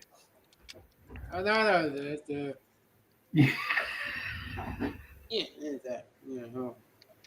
Also, love just all the randoms seem to have disappeared, but I love how occasionally we have to explain this to people. It's like, no, it's just a running joke because Pat's like the nicest guy in the world. He's literally the last person who would be an underworld hitman. So, of course, we have to make jokes about him actually being that. And I feel like when we tell that to randoms, they're like, fuck is wrong with you guys? Yeah. But that's your both head. It's all good, mate. All right. Oh man. My dad said you both head. You're not hair. Sorry, what did your dad say about me? You didn't know hair. Let it go. Just let it go. No, not hair. Talking about how high my forehead is. No, you didn't know hair. You did bald head. I feel like your dad really enjoys taking the piss out of me. Actually, I feel. Yeah, you know the back. Yeah. I feel like your dad really likes having a go at me. Yep. Mick's a legend. We love Mick. Also, Yeah, but that's I love when we a- get him on and we all just call him Pat's dad. Yeah, not that. It's Mick. Start calling him Mr. Assassin. Yeah, Hey! it's just super fun. We all know his name's Mick, but we just call him Pat's dad. It's like it's all good. Oh, now I'm content. Okay, I finished my whole thing of mineral water. Oh wait, I don't know if the breathalyzer is working Yeah, because last night it wasn't. And who knew cheap plastic shit from China is not reliable? It does a countdown from 100. I'm going to see what it says because it was last night. It just kept saying 0, so I think it's totally broken. But let's. It's on 20. Now it's down to 10. All right.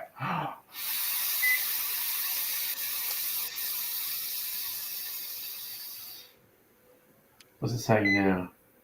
0.1, which is double the legal limit, which honestly, yeah, that could be accurate at the moment, honestly. And there's just a thing. There's probably just shop. There's a little graphic of a car with a line through it, like, no, don't drive a car. That would be bad. It's like, Yeah, they told me I'm not allowed to drive while I'm on this stupid fucking like painkillers. So that was awkward as when I went outside and drove home. I'm just kind of thinking, maybe make another drink. Because now it's 10 to 9. I feel like the last 40 minutes I've been responsible and just been drinking mineral water. I'm trying to do bottle kills because I've got an excess of whiskies. Yeah, buying a keg of tequila. Okay, that's a whiskey. Maybe we do finish it. Starwood Hungarian Oak. It's from that's from 2021. Okay, I should definitely finish this one.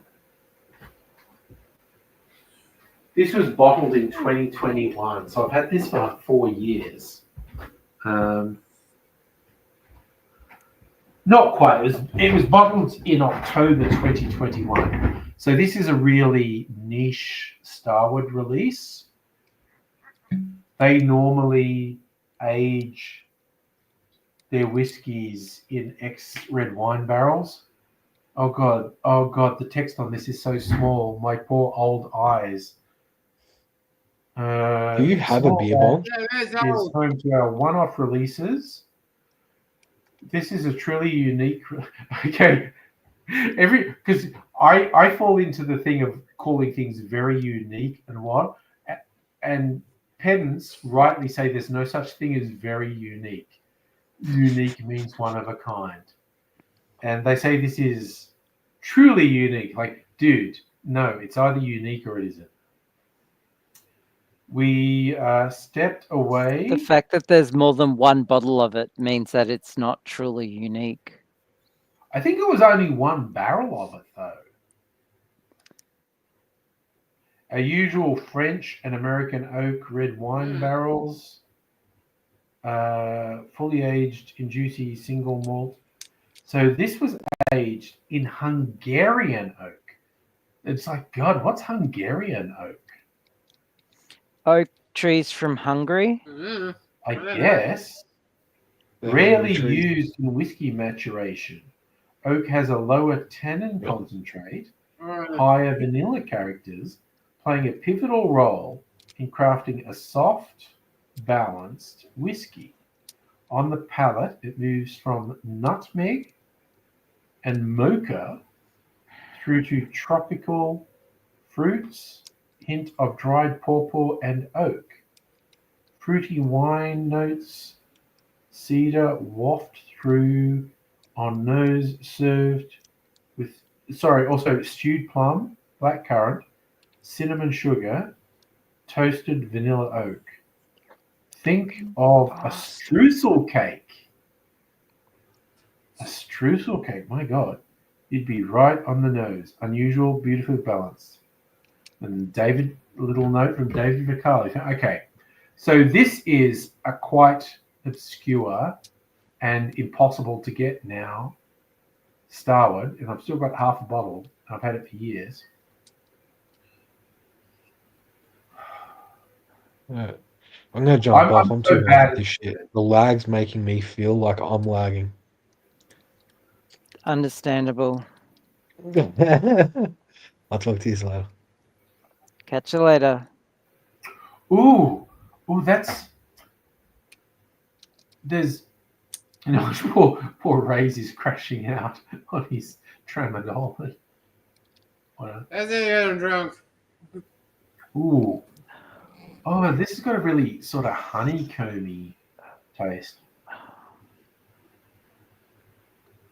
I really got drunk, good.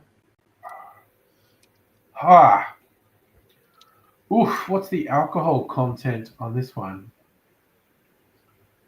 50%. Okay.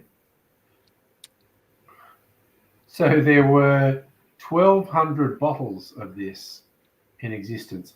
There are probably precious few bottles of this still in existence.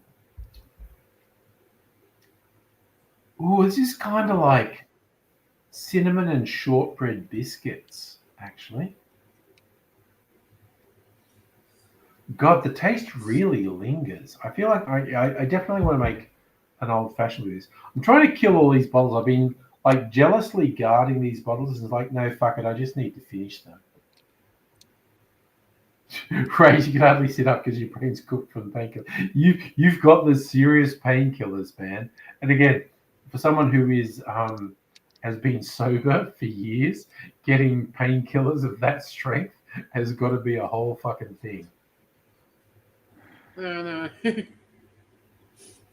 Oh yeah, I saw my worker some dogs today.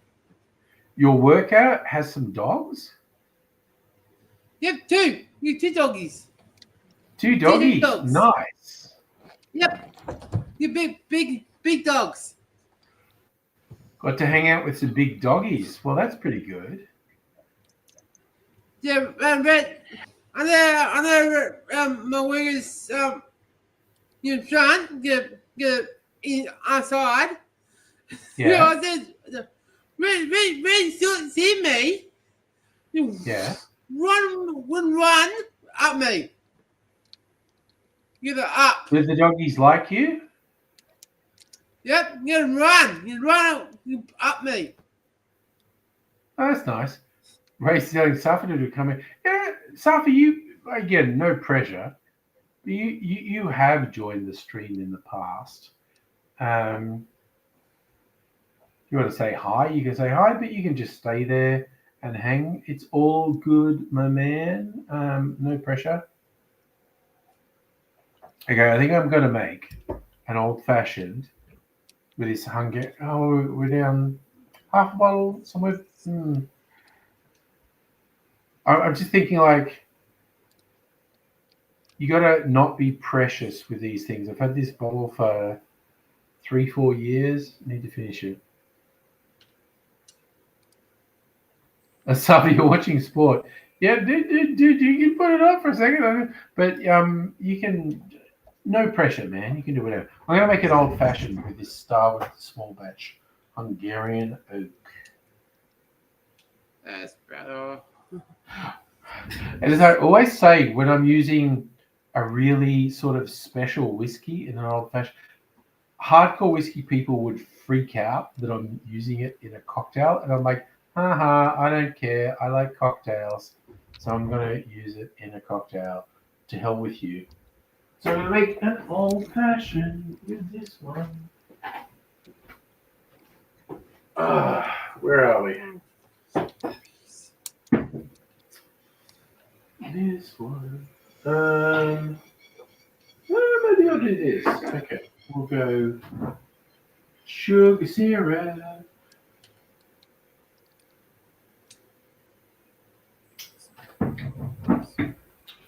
All right, let's do that. And then we'll do 2 ounces of the whiskey.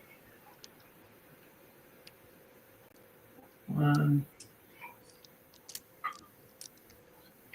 2. I don't know. There we go. There we go. Spider-Man, Spider-Man does whatever a spider can.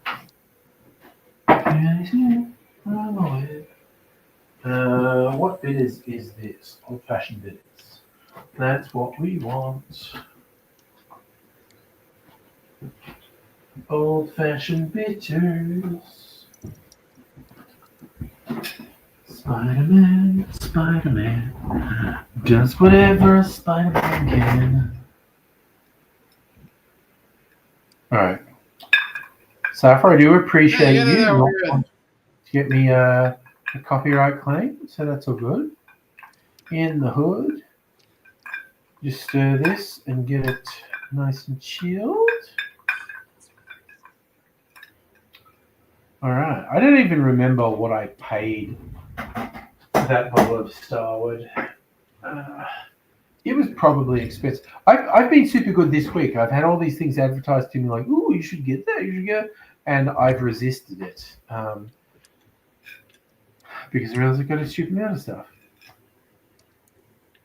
Oh, holy shit, Ray, did they really find that German backpacker alive? I thought for sure someone had done an Ivan Milat on her.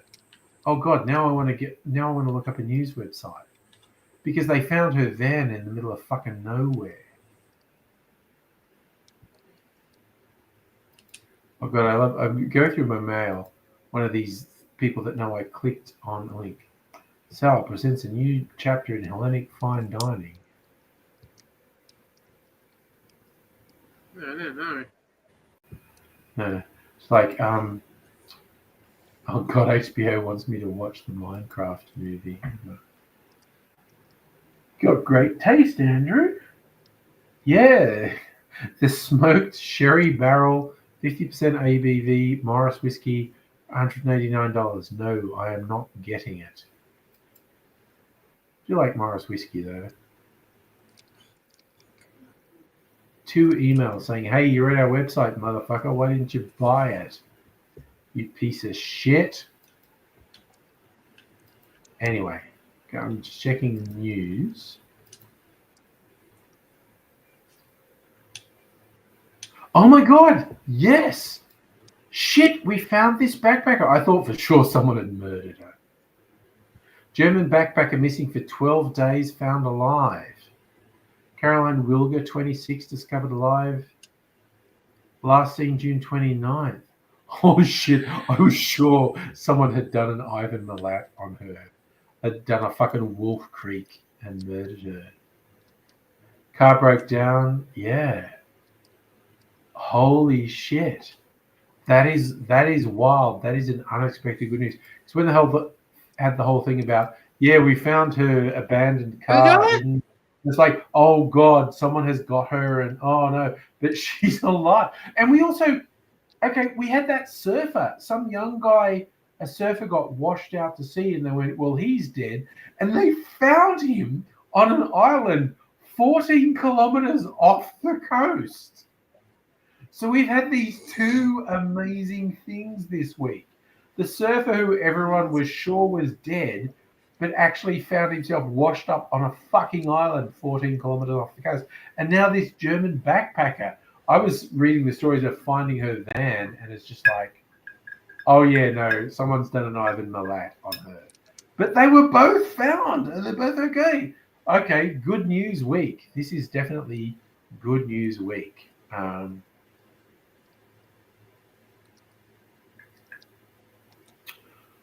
Ooh. Yeah, okay, that Starwood Hungarian oak makes a nice old fashioned. It's very oaky. Like, I really feel like I can taste the barrel. Man, that's mixed. So you're saying it's a mixed news week? Look, seriously, 2 people who, when you read the early versions of the story, you go, yeah, they are definitely dead. And then they turn out to be not dead. I mean, that's pretty fucking good news, honestly. It's like, surfer lost at sea, yeah, the sharks got him. No, We found him on an island 14 kilometers off the coast, million to one shot. German backpacker, car found hidden in the brush. Oh no, someone's absolutely gone Wolf Creek on her. No, we found her. Those are exceptional good news stories, because absolutely would not have expected to find either of them. So I'm just claiming it as a good news week. And yes, sure, someone could point to any number of terrible things that happened this week, because terrible things happen all the goddamn time. It's just how it is. I think the most terrible thing is that I haven't solved this yet. But again, mathematically, solving that is a very big number. Always the last layer that fucks me over. Back in the original heyday of Rubik's Cube, I got into it. I'm one of those people who could solve one face of the Rubik Cube. But I actually got one of the books, and it was probably like, some kid who's like fucking 12 years old or something, who's clearly super autistic, could actually work out the patterns to do it. And it's like, yeah, you follow the things in this book and I could solve it. I do not understand how I solved it, but I followed these instructions and I solved it. And then you watch like the world championships of Rubik's Cube solving, and the people who've done the whole thing where they take the cube apart and lubricate all the joints and then put it back together. Oh, you can get speed cubes or something. And it's just like, you buy tournament cubes and speed cubes. Yeah, they're nuts.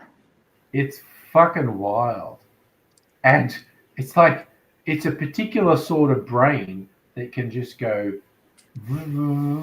So yeah, it's muscle memory.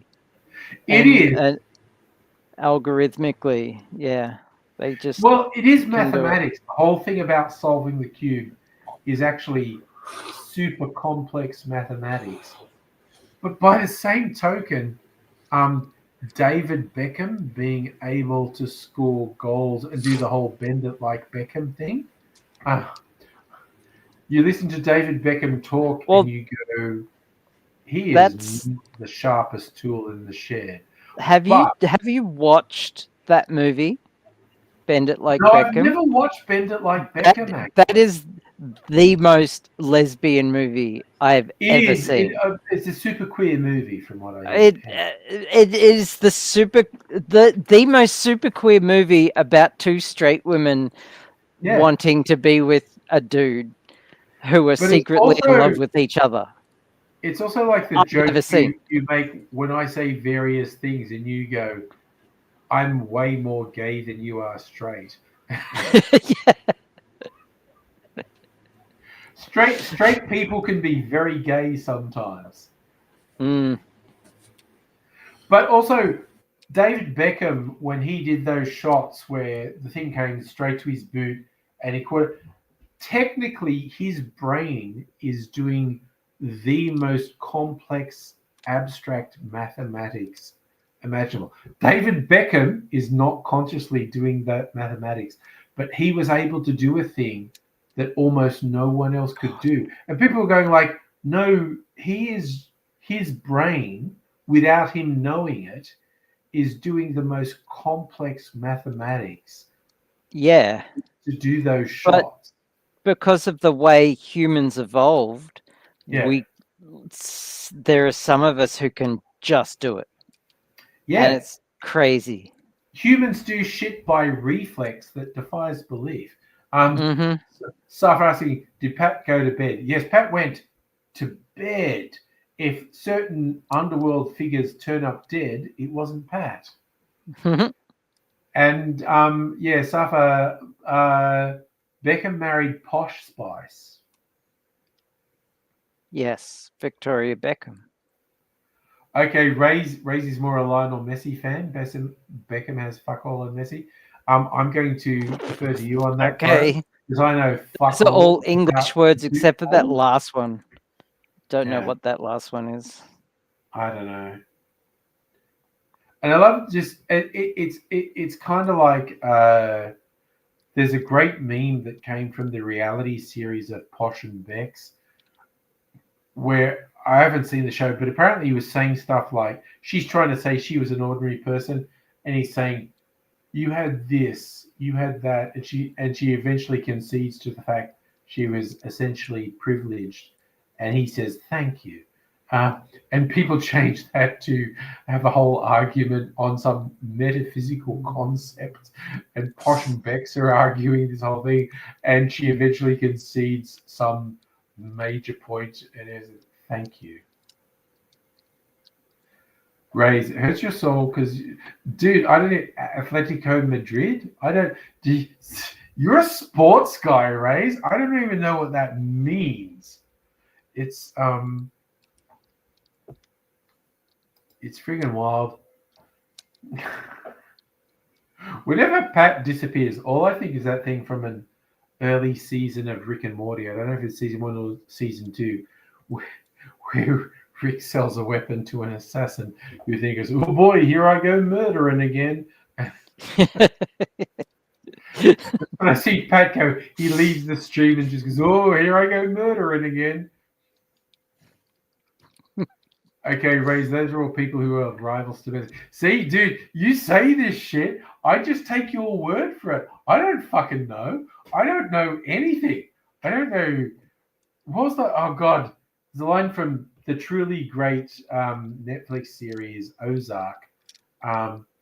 Which I still haven't seen. It's worth watching because it's really. But the fucking white trash girl at one point where she goes, I don't know shit about fuck. And I'm like, oh, I've never felt so seen. I don't know shit about fuck either.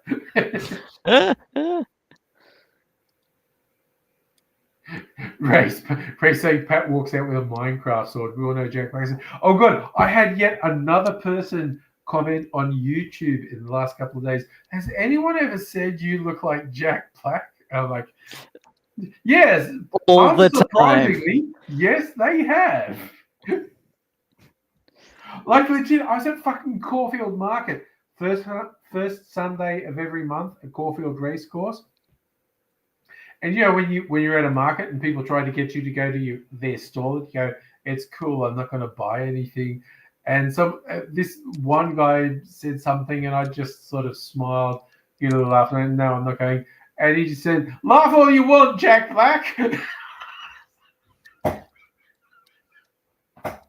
It was such a like I get it online a lot, but to get it in real life is very same. Oh God, so like. Young Mr. Angry works at a gaming bar and whatnot, and randomly, when I was having a work lunch with people when I was in the city one day, I went, "Oh, I'm super near the bit where my son works. I'm going to see if he's there." And I went there and it was open, and someone at front desk said, "Oh no, he's not here." Where does he work? It's in. It's the bar is either it's in Melbourne Central. It's a gaming bar. Like people is it? It starts with F. Yeah, probably. But people can rent game consoles or PCs or what. And anyway, so I went there and said, "Is he here?" And no, he's not here. And like less than an hour later, I got a text from my son going, "Oh yeah, one of my co-workers just texted me and said, you never told me your dad was Jack Black."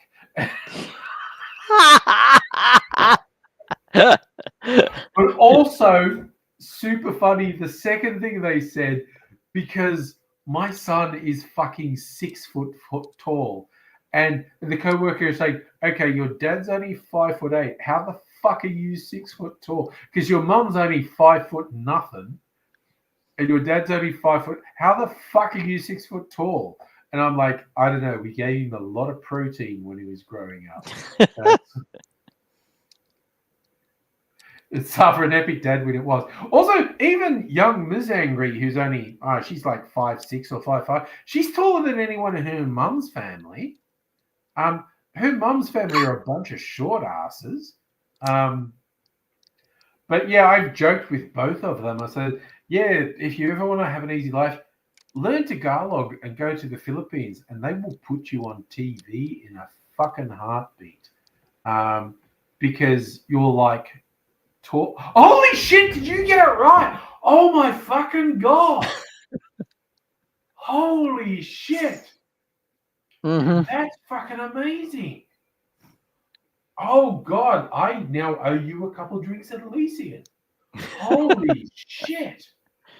I feel embarrassed that I took so long. I am freaking amazed you got it at all. That's fucking amazing. Because, truth be told, I can solve a normal Rubik's Cube pretty quickly. Yeah. But this one had me stumped because of the lack of color. Different shapes. Yeah. Yeah. And my hands are cramping up. Because. Okay. Oh God. Also, open thing of I owe you a couple drinks, whether it's leasing. I read a thing today, the people behind Caretaker's Cottage in the city, which because it keeps getting listed among the best bars in the world, is always everyone. They're opening a new bar only like a block away from that. So maybe but anyway, I clearly owe you a couple of drinks, whether we go to Elysian or the Cheese Palace. Wherever. Yep. Yeah. Or Hats and Tats. Holy shit, that's fucking amazing. That your reaction was so great. I loved it. Oh, no, that fucking... You were doing that. I was going, yeah, you're never getting that. That's fine. And then you just got it. It was like, holy shit. There you go. Scarpa, the young Mr. Angry's height does not come from my genetic line. I am not the tallest in my family, but I'm not the shortest either. But is no that one why? In my family's more is than that 5'9", why? 5'10". Is that why Raymond was done away with? Because he was a genetic anomaly. Yeah, we buried him in the well in the backyard. Okay, I got to put this down and rest my head. Yeah, I'm about to say you fucked your hands up doing that. Completely. Oh shit. Oh God. No, but I definitely have to reward you. I did the thing. You did the thing. I did not think that was going to happen on the stream. And it, honestly, from my perspective, it didn't take you that long. That was... It took me way too long. But again, my brain is different to your brain, and I'm going, you'll never get that. And you just fucking got it. And I said, damn. Yeah, it's all algorithms. It literally is. It's algorithms. It's mathematics. It's because I think the Rubik's Cube inventor was a mathematician. I may be wrong on that, but Mr. Rubik, yes. Yeah. And the clock one, did he did a clock puzzle, Rubik's clocks. I solved that. I actually managed to solve that myself. Oh wow. The Rubik's Cube, I remember in the 90s reading a book about how to solve it. And I just remember how to do it. Yeah. And then there was the Link the Rings. Remember the flat Link the Rings puzzle? Yeah. I solved that myself. And then there was a bigger version of that called Unlink the Rings, which was just, the bigger it is, the easier it was. And that was just way too easy. Yeah. So, yeah, the Rubik's Cube was the original and the best and the hardest. Yeah, again. Yeah. I wish I love a hard puzzle. In high school, I had a teacher who really understood mathematics, like the beauty of mathematics because mathematics is art and nature and Yep. Oh, it's patterns, it's algorithms, it's when you see it's flowers, structure. you see flowers where the petal growth is an algorithm. Yep. As an adult, I've seen these things and gone, this is incredible. I love this. As a kid, maths was just a pain in the fucking arms. I saw it as a kid. Yeah, and I didn't. I had that kind of like, you know how you see movies and shit where the autistic character can see the pattern. Yes. That's what I've got going on. Like, I don't see the pattern, but I can intuit the pattern. Like, I used to have this party trick where people would just scream out a 3-digit number and I could tell them if it was a prime number or not. Nice. It was awesome. I'm a bit rusty nowadays, but I went through an escape room where that was a puzzle, and that's how I discovered a puzzle. God, that's how I discovered I could do that, because there were these 3-digit numbers, and it was like which ones are the prime numbers, and I'm like that one, and that one, and just did that puzzle, and people were like, "The fuck." So yeah, party trick,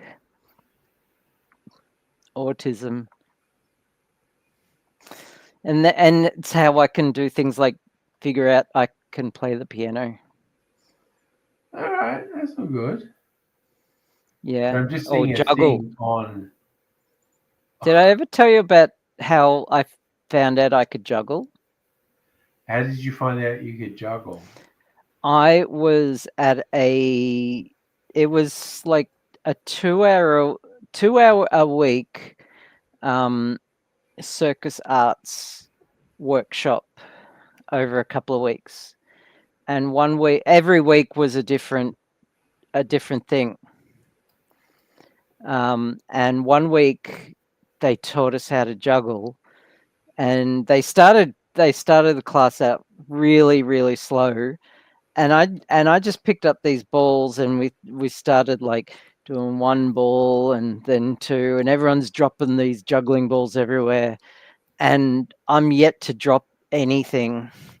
And they say, okay, now do it from one hand to the other, and I'm like, okay, what now? And then add a third ball, and I'm like, okay, yeah, and I just like am juggling these balls like I've been juggling all my life. Mm-hmm. And I'm like, hey, this is kind of fun. And I swear the teachers probably thought that I was pranking them.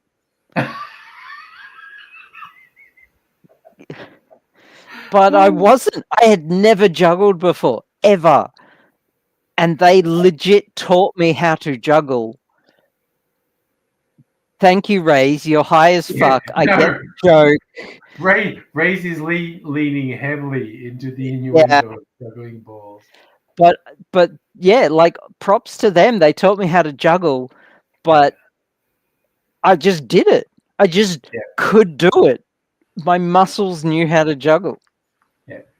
As trivia, I think I'm among the only people who ever graduated my uni course without learning to juggle, because I did a theatre degree. Yep.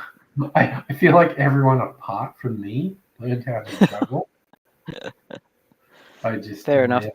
Oh, Safa, did AZ juggle? AZ was actually a quite proficient juggler. It was a thing. Juggle these nuts. Juggle these nuts. He was definitely doing it. But AZ learned a lot of physical circus skills. I learned some. AZ was much more serious about it than me. I was dredging out old videos to repurpose for TikTok in the last couple of days. We were discussing it last night as well, repurposing some stuff from TikTok. But when I was going through my old external drives for old videos, there's one about AIDS talking about death, and I was like, I fucking need to edit this for TikTok. This weird guy talking about death. I think that would be really popular on TikTok. I definitely need to do that. For sure. It's- Isn't TikTok like 30 seconds each? No, you can do up to 10 minutes or more on TikTok. Okay, so But it's you a get lot. lots more if you do it vertical. So I have to edit this video. Okay. It's me Yeah, because it's all intermediating. on phones. Yeah. The primary method of watching TikTok is on phones. So I have vertical videos get viewed more. What did you royally do? Like you hurt fucked yourself? up my hands. I have fucked up my fingers hardcore no. doing that. Oh, put it down. Oh. Yeah. My hands. I get this super weird thing with my thumbs where I feel a bit of pressure and I need to, all I do is bend them and they make a crack noise. And it's a weird thing. This is not that. Because But this goes back decades, like to my 20s. And I literally remember, okay, kids, I'm going to talk to you about when I had sex. So, mute. Yeah, I know. a woman that I was having sex with. And just because at a certain point, I need to crack my thumbs because I get this weird feeling like there's pressure in my thumbs. And I don't do anything. I literally just bend them and crack. And like after having sex, I would do this thing. And because it was either side of her head, I would do this thing and I'd crack my thumbs. She thought it was like some weird celebration thing I did after sex. I'm cracking my thumbs. It was like, oh no, God, no, it's not that. It's literally just a weird thing where I just at a certain period of time, I feel this weird pressure in my thumb. And I don't know if the microphone's picking up. Speaking of juggling balls, I've got these are chocolate balls. The best I'm gonna have a chocolate ball in the mouth.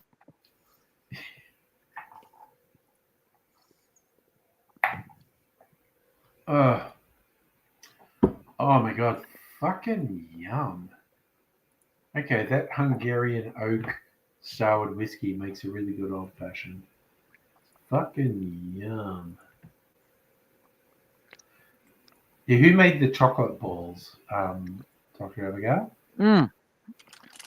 They are from the chocolate box. The chocolate box. You've got chocolate raspberry balls in your mouth now. Mm-hmm. And the chocolate man, who was working there, 100% was a gay man.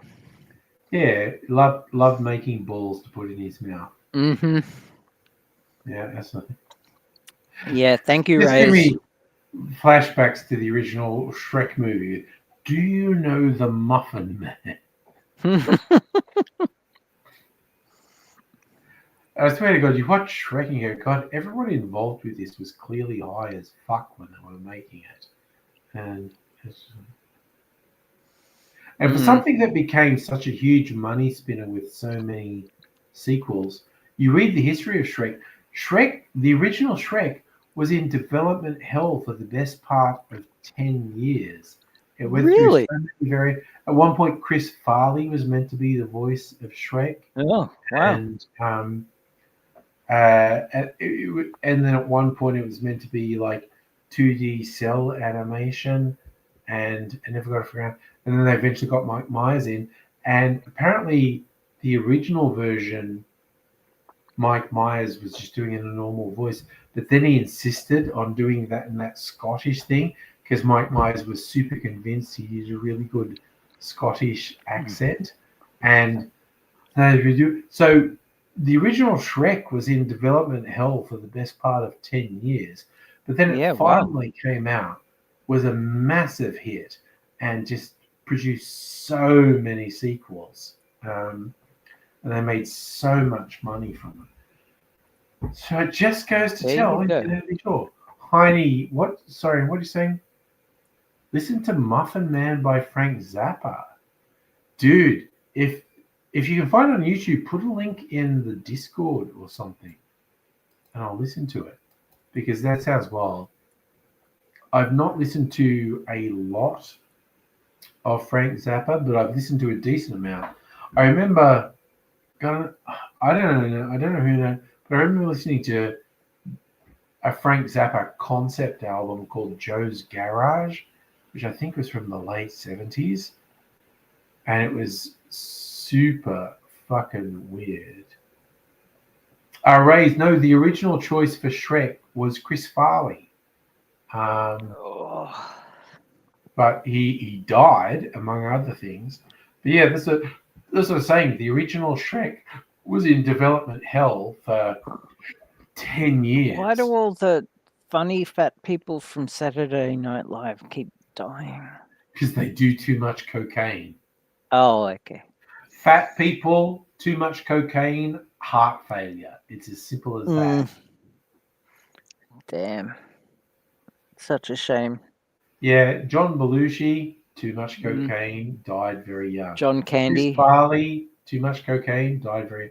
I don't know that John Candy did cocaine. He doesn't strike me as a cocaine person. John Candy was maybe just big guy, chronically overweight, heart problems, died way too young. He's a sad. Like I feel like John Belushi, Chris Farley killed themselves.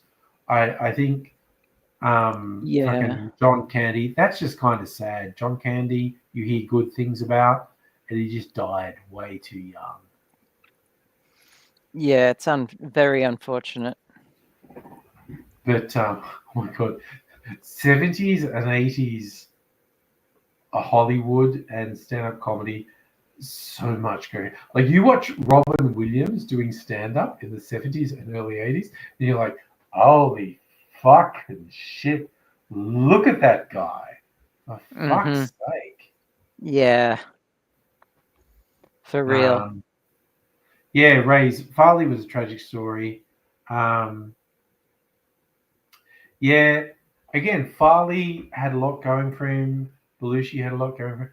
And it was just like, man, cocaine will fuck you up. Also, apparently, fucking Dan Aykroyd, writing the Blues Brothers, was doing a truckload of cocaine every fucking day. Oh, and the movie he did, was it before or after that? The buddy cop movie with Tom Hanks.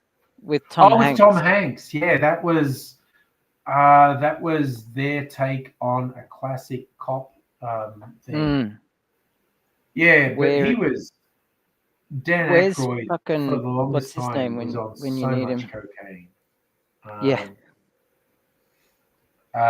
But yeah, he's still with us. Yeah,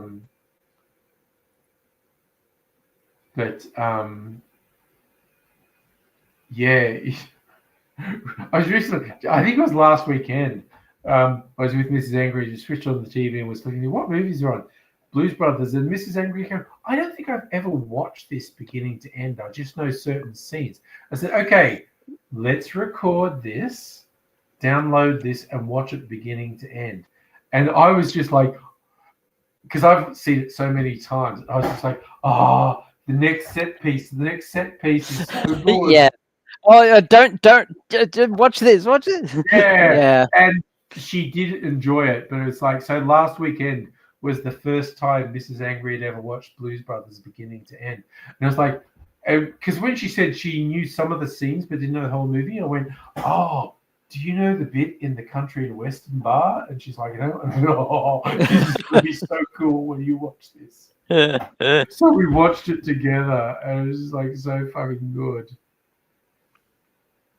But oh god, Ray's bringing up King Ralph.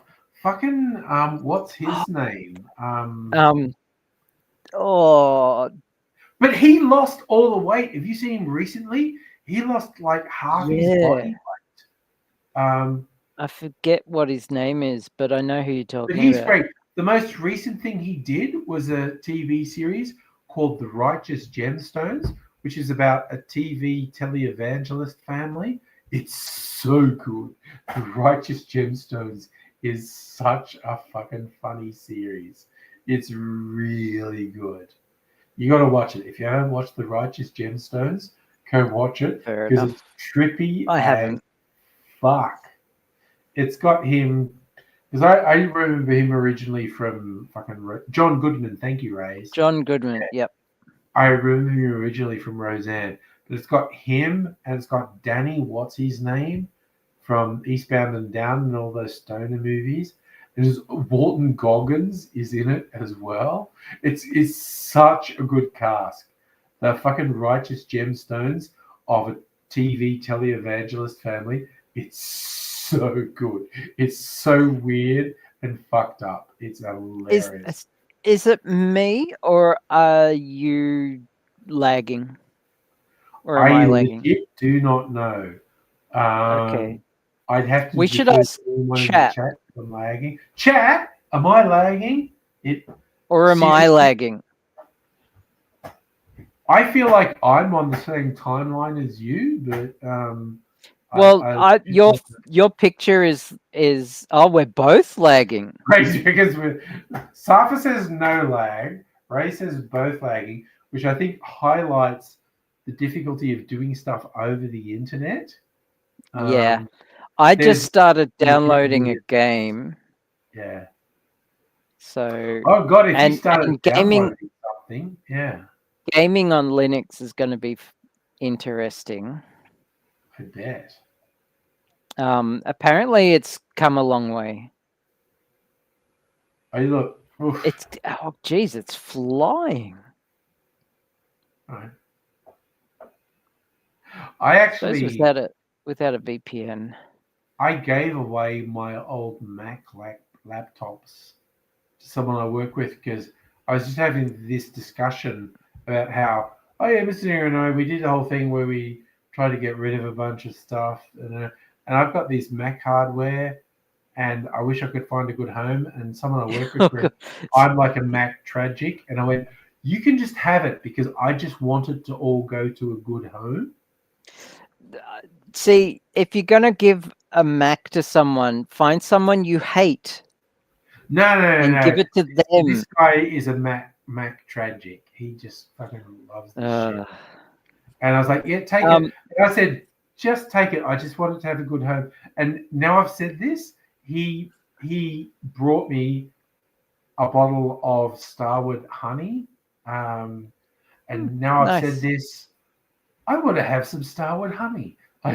Fair enough. It's Friday night. It's just occurred to me. So I have an old bottle, which is okay. I'll see if I can find it. Oh, okay. The whiskey table. What's here? Because the original bottle was co-labeled. So Rays, I'm on a PC. I'm not using Microsoft. I don't use Windows. And PC is way better than anything Apple can dream up. Absolutely. Okay. So this is the original packaging of Starwood Honey. This is not the one the guy gave me. He gave me the new one. So this was a collaboration between Starwood and a bar in Melbourne called Her, which I've never been to. This is a honey Starwood whiskey. Rays, you're high. You don't know what you're talking about. Yeah, I go. Rays is on Tramadol. We don't need to take anything Rays says seriously. Yeah. Because he's on Tramadol. Safa, it was nice of him because, again, I said to the guy, like, I literally just want this Mac stuff to go to a good home. I don't want to throw it out. I want it to go to someone who loves Mac stuff. And he came around to get it, and he brought around a bottle of Starwood Honeycomb. Not That's this awesome. one. This is the original one. The packaging of it is different now. But yeah, it's literally just honey infused whiskey. It's really fucking nice. I love that Ray's has just gone, oh, to be fair, you're right. Yeah. We just say, yeah, okay, Ray's is high as fuck, so we maybe don't need to do this. I love it's like, yeah, my bro who's been sober for years has now just been put on really over the fucking top painkillers, so he's high as fuck. Suffer, I've installed Pop OS, which is a branch of Debian Linux. It's geared towards This feels like the 90s with everyone talking about flavors of Linux. Jesus. It's geared towards development. Okay. Also, if Home for the Elderly was here, I'd be tempting him. I've had a few like emails and shit this week tempting me to buy stuff. I've been trying to do it, but Starwood have released this chili oil infused with Starwood whiskey, and they've been doing these packages. And the one that caught my attention was you could buy a package of Starwood Twofold, Starwood's new old-fashioned cocktail, which again, for a bottled cocktail of a version of an old-fashioned, is astonishingly good. And the Starwood infused chili oil. You get that package thing. The price is as if you got the twofold in a really good special, the new old-fashioned in a really good special, and the Starwood infused chili oil is free.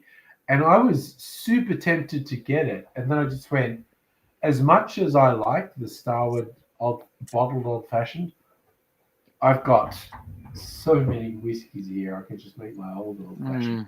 So I didn't get it, but I've only got 2 whiskeys here. Throw some my way. All right, I got to bring something over to your place. Yeah. For sure. Also, make some room.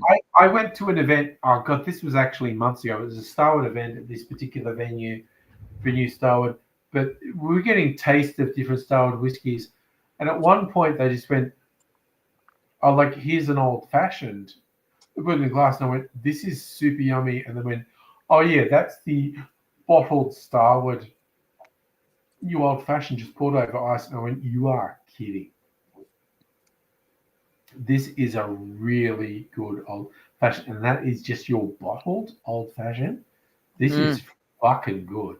So I was coming from the connoisseur of old fashioned. Yeah, I was this close to getting the bundle that was twofold, the new old fashioned bottle, and the chili oil, because it is really marked down. Like it's literally like Starwood is usually like twofold is normally like $75, but you very regularly get it at the bottle shops for $65. The new old fashioned is like $50. You occasionally get it on special, but the price they were selling this bundle at was like you got the twofold on special, you got the new old fashioned on special, and the Starwood infused chili oil was free. If I was a chili person, I would have got it. But also, I am, in terms of chili, I am exceptionally white. As in, it's like, that mayonnaise is a bit spicy. What is... Join the club. Yeah, I am not into chili, but I thoroughly recommend anyone who's into chili, get this fucking bundle, because it's really good. So what do you think, Ray's benefit of marrying a nurse? You told you, engage your nurse, they give you priority. Oh, particularly in the US, dude, if you move to the US, your partner's a nurse and you get preferential treatment, that's worth a lot. Also, I will throw in, okay, one time, and this is, 25 years ago, maybe more, I went to the US with my ex, the mother of my children. She has family in the US. So we were in the Philippines for a week or so. Then we went to the US, visiting all my family. And by the time we got to the US, I was quite sick. Like I picked something up in the Philippines and I was quite sick.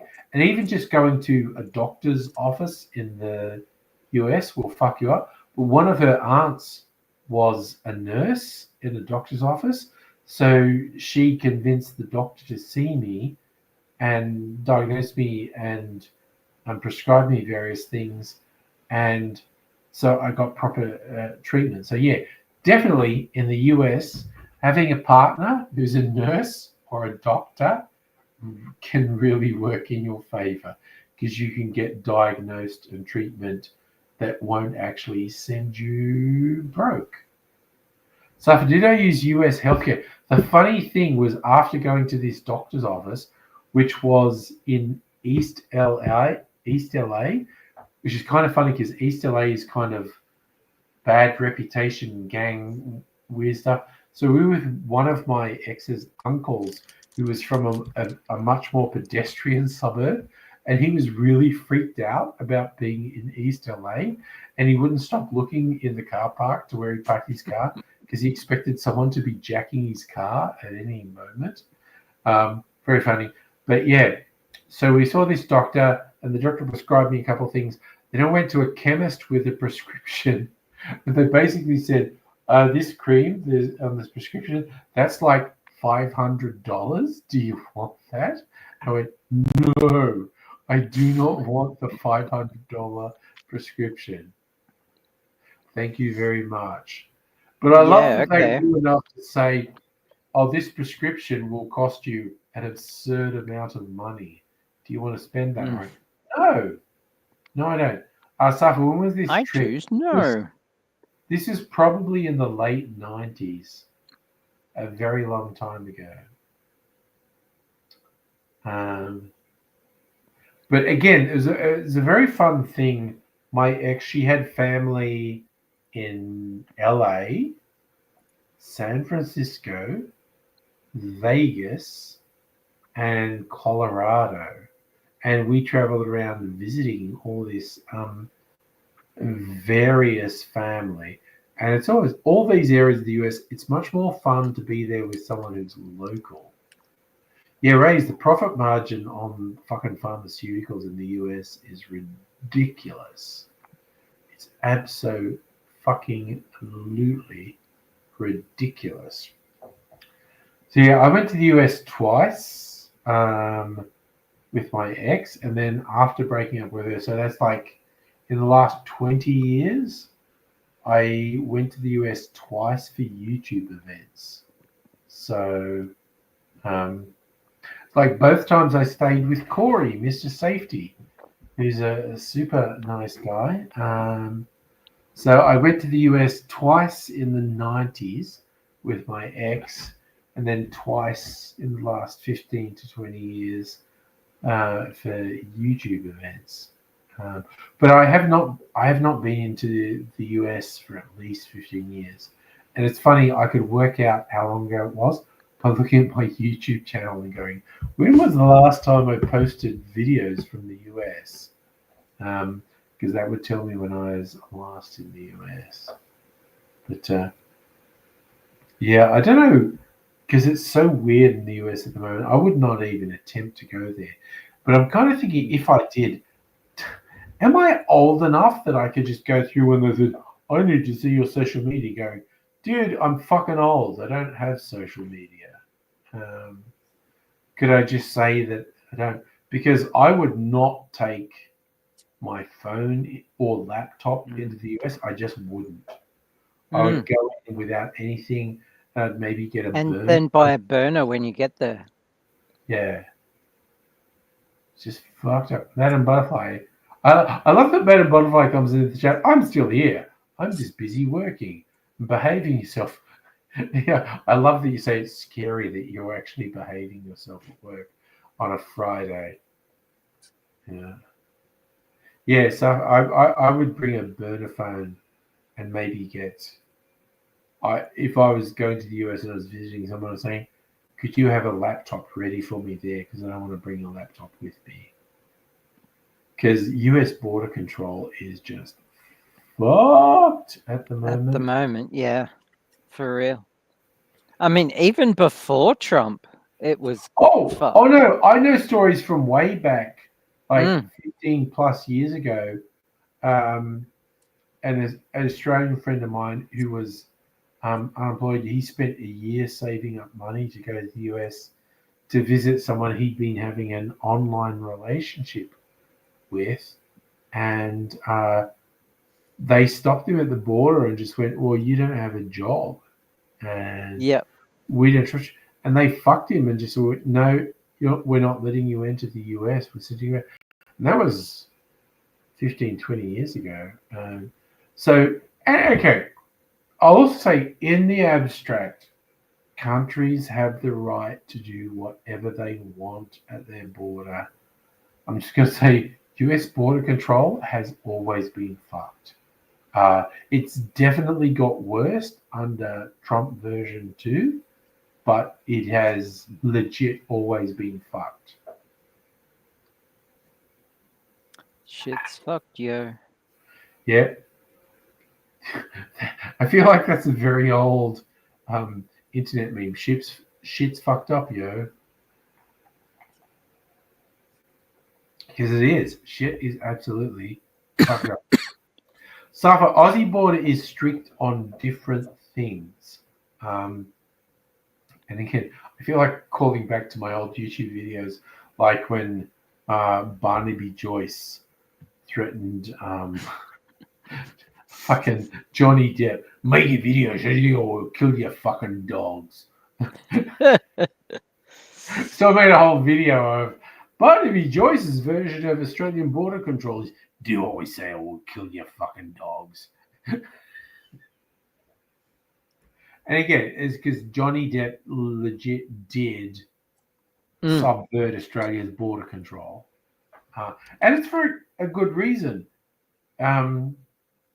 I completely back the various border control things about controlling infection, because we don't fuck up people. We just go, oh no, if you are bringing in animals or animal products that could bring disease into Australia, we'll stop you. Whereas the US is just like, if you've ever said a thing we don't like, we'll fuck you up. And it's like, that is not what gets you in trouble with Australian border control. Australian border control is if you are trying to bring in animals or animal products.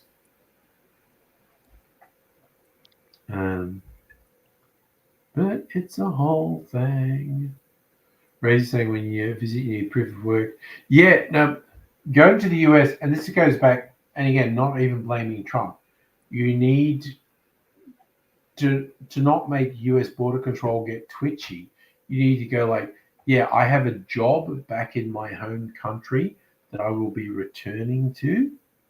I'm just here for a holiday or whatever. If you go into the US and you don't have a thing that says you have a job that you'll be going back to, they'll get really twitchy and say, oh, we think you're just going to want to try and stay here illegally and maybe marry someone. There are lots of cases going back decades of them just saying, no, we think you're just going to try and stay here, and so we're going to fuck you over. It's just the way it goes. Oh, yeah. So, a fun fact for your green card to the US. The US thought you were female? Sorry, I'm confused. Your mum did because the name. Sorry, were you going to the US with reindeer horns, and your mum goes, my little baby deer girl. Girl deers don't have horns. They took one look at Safa and like, yeah, this chick's got to go. Yeah, I'm very confused by that. Yes, I've met Safa. If you're going into the US as on a tourist visa and you don't have return flights booked, that's a red flag. So that's likely story, Safa. Yeah, you were 3. Oh yes, your defense is you were a toddler. Okay, sure. Sure. Yeah, it was what? How many weeks ago? Like 2-3 weeks ago? So yeah, I was just a baby. Oh yes, you say that. You say you were just a baby. My God. Holy shit. That's how you know we love you, because we're making fun of you. No, we're taking the piss out of you as a toddler. Yeah, I have to tell people in America that all the time online, because on the zombie game that I play, Yes. Project Zomboid, I started adminning on the American server. So I'm like answering support tickets and helping players out, and playing on the European server instead. Yeah. And so now I've got a whole audience of people who aren't used to Australians. Mostly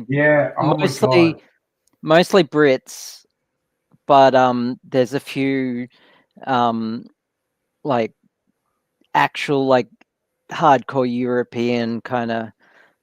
European people in it. But everyone I'm interacting with on the US server have never interacted with Aussies before. And if I really get to know them, then I start like playing pranks on them, because I'm an admin. I can do that now. Yes. And that's how we show affection. Absolutely. By like pranks and shitting on them. It's when we stop insulting you, that's my favorite thing when that's when we hate you. My favorite thing to explain to Americans when they were like, we're cavalier with males are cavalier with calling other males a cunt, and explain to Americans, okay, this is a legit scenario. A couple of people at a table in a pub, if someone comes up who everyone is very happy to see, someone will say out loud, who invited this cunt? Yep. But if someone comes up to them that no one wants to see, one of the guys at the table will nudge the other guy and goes, oh, your mate's arrived. Yes. And the extremely confused American is going, what? Why do you pretend the person you don't like is a friend? And why do you pretend the person you do like is someone you don't like? They go, it's just the way it is, man. It's just the way it is. And yes, Safa, I get similar pings. Not as bad, but almost as bad.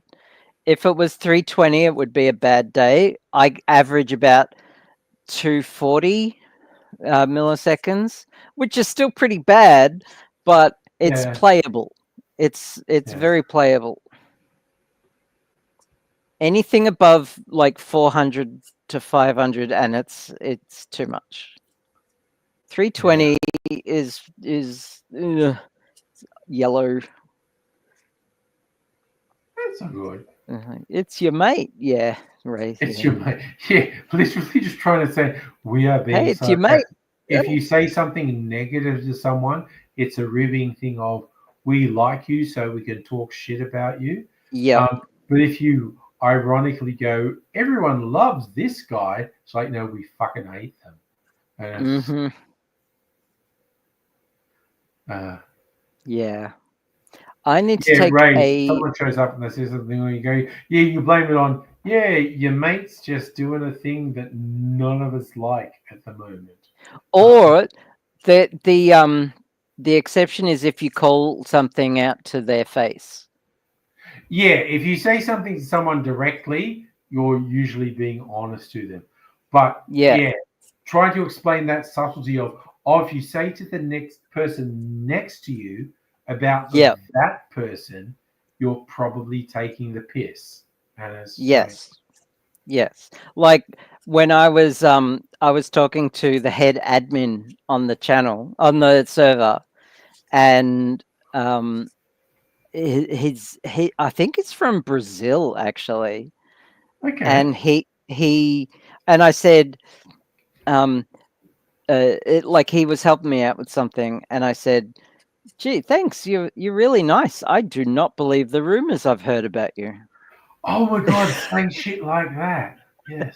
And he didn't get it. I had to explain, like, what rumors? Who's saying that? And I started laughing because I thought it was a really funny joke. Yeah. And he's like, "What? What are they saying about me?" And Yeah. I had to explain it. Yeah. And it didn't take long. He got it, and he laughed. But yeah, it was funny. It was so funny. It's kind of like the jokes I remember because growing up, like the ABC would repeat the same series over and over. I saw F Troop a million times, and there was a running joke in F Troop, the sergeant and the corporal. The sergeant was the smart one who was running everything, and the corporal was kind of stupid. And they'd be planning something, and the corporal Agan would say something, and the sergeant would go, "That's a great idea. I don't know why everyone says you're stupid." And then there'd be a couple more scenes, and then we'll just cut to the corporal. A couple scenes later, goes, "He says I'm stupid." Like, does it took him that long? Yeah. Which is, Isn't again, The Simpsons did that with Homer Simpson as well. Yeah. But that was like the 70s. F Troop in the 70s was doing that joke. Where Wasn't the that- sergeant would go, "Agar, that's brilliant. I don't know why people say you're stupid." And there would be a massive lag. And then Agar would go, "Who says I'm stupid?" Isn't that Captain Fat Slob? That was in From so the many things. D the whole Generation lag. did a voiceover and called it Captain Fatso or Captain Fat Slob or something like that. Yeah, but it I don't happened remember. in so many things. But it was such a good running joke in F Troop that the sergeant would go, "That's a great idea, Agar. I don't know why people say you're stupid." And then a whole bunch of stuff would happen. And then Agar would go, "Hey, who says I'm stupid?" Something bad said about me. "Gee, Homer, you really are slow." Something bad said about me. "Get out, Homer." I love because F Troop was in the 70s and Simpson was in the 2000s, and they were still doing the same joke. Yep. It was awesome. I gotta pee. You gotta pee? I gotta You take a go break. pee. I'll wait for you to come back. So, I kind of feel like I have to pee as well. I feel like I might play a video while we do that. Okay. I Can shan't be long. If I go onto YouTube, I'm gonna what mute shows and up? stop my camera and all Yeah, that no, stuff. you can go and do stuff. What YouTube channel? Oh, it's Angry Aussie. Okay. Your videos. I feel like I want to play a video. It's pee break time.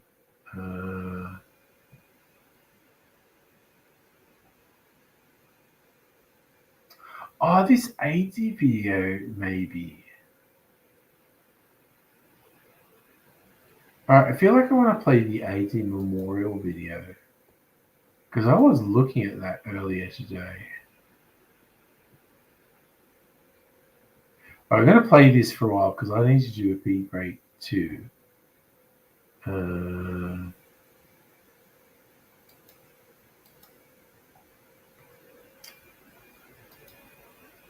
Is this going to work if I put this on?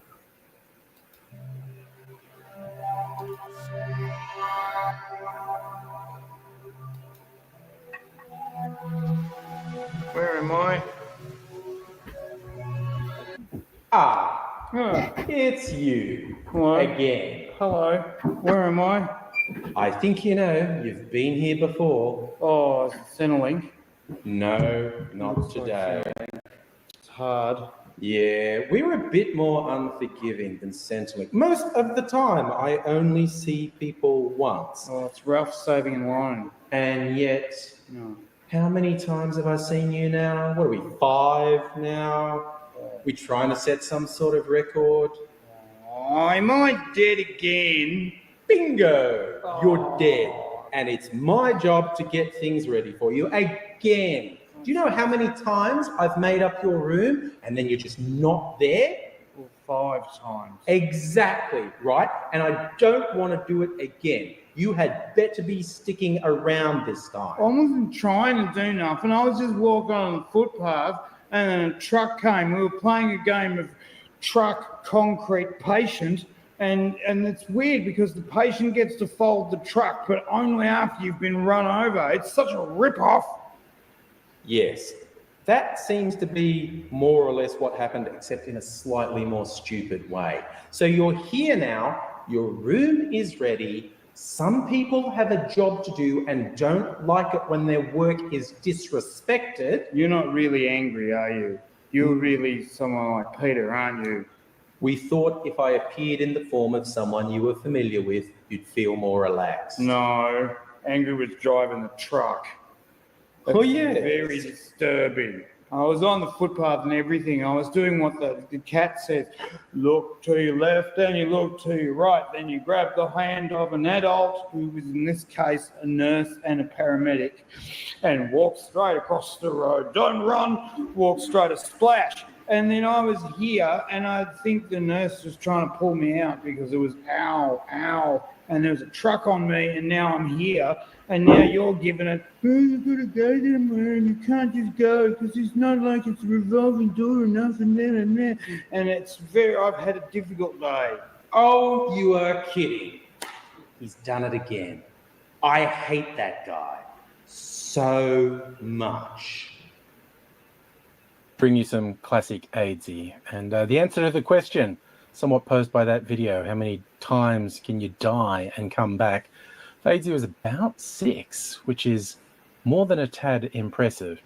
But yes, sadly for those of us who'd started to think he was functionally immortal, AIDSy has actually died, and it happened quite suddenly, a little bit unexpectedly, hospitalized with pneumonia, put into an induced coma that he never came out of. It's really strange when something you've essentially been bracing yourself for 10 years to happen actually happens. It's both a shock and an anticlimax. AIDSy dying seems both inevitable and impossible. And I think he'd like that he remains a conundrum as he passes on to whatever happens next. I'm not going to try and say anything too deep and philosophical. I thought I'd let AIDSy do that. Besides that fun little video sketch we did more than a decade ago, some stuff from his masterwork, Code Grey, which was at the Melbourne International Comedy Festival in 2010, where he was reveling in the fact that, oh my God, looks like I'm actually going to live to be 40.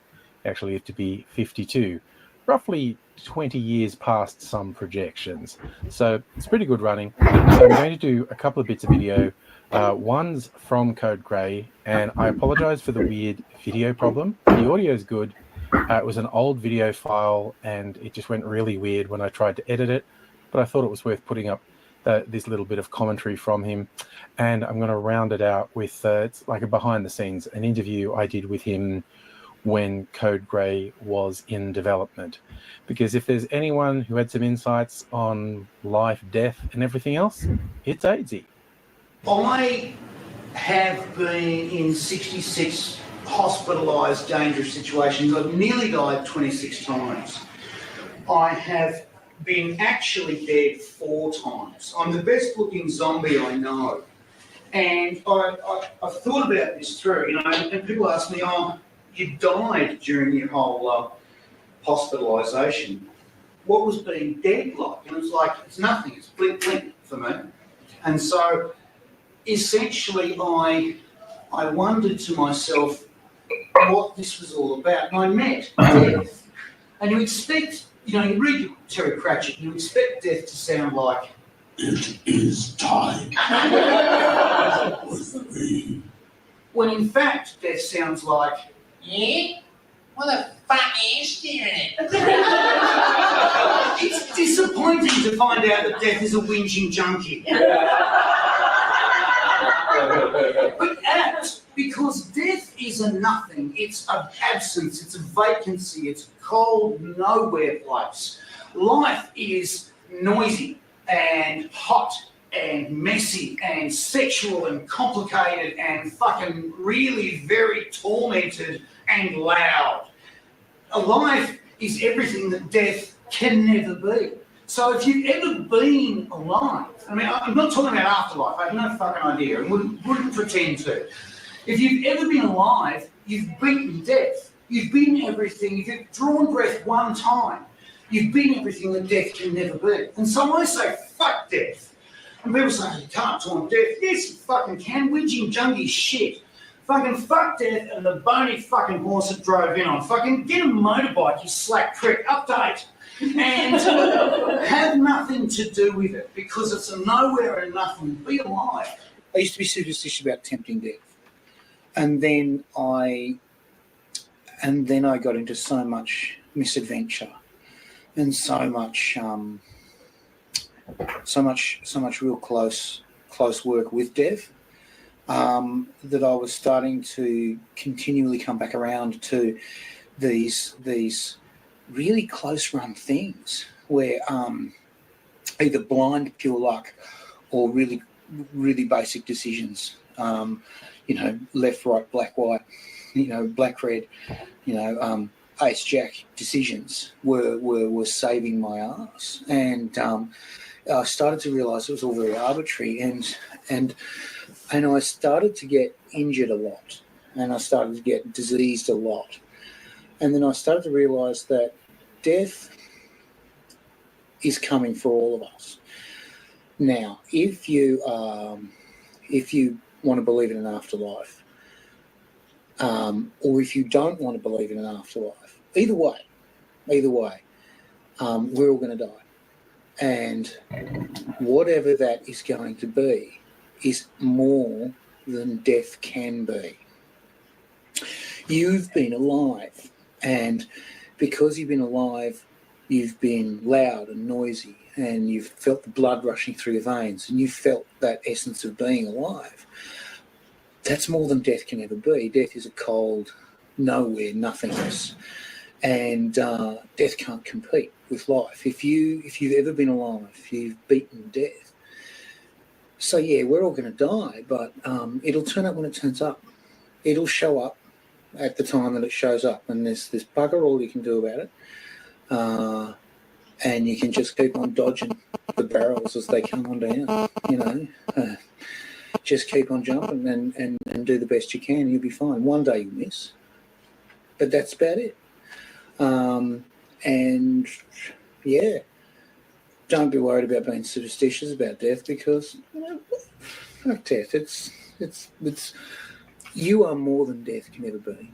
So just take heart in that and enjoy your life while you've got it, because otherwise you're missing out.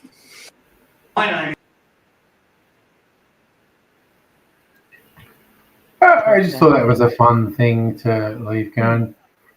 Also, because I was looking at re-editing some videos for TikTok potentially, and it was mainly cocktail stuff. There's like, oh wait, there's this thing I did for AD like a couple of years ago on AD. I was like, oh, I feel like that might be good for TikTok. I'm gonna call the video "Dead Man Talking," and it was just like a guy who is actually dead, but talking about death. Yeah. And Justin, we don't know if we've been alive before something else. Yeah, it's a whole thing. And it is legit weird. I find it legit weird to watch a video of AZ knowing he's been dead for a couple of years. Oh yeah, the feedback. That was a mobile phone, Safa. That was old school mobile phone noises. We were talking and recording, and someone's mobile phone was picking up a signal. That doesn't happen anymore, but like 10 years ago. Particularly, it's because the old, you would call it 2D, it's the 2G networks. It was analog. It was an analog signals. Wiring would pick it up because of the wavelength, the way aerials work. what like electrical cables just picked up analog signals because of the specific wavelength that it used. Yeah. Doesn't happen anymore. It's an old 2G thing. Yeah, But they used because to happen I all mean, the time to firstly, hear that noise.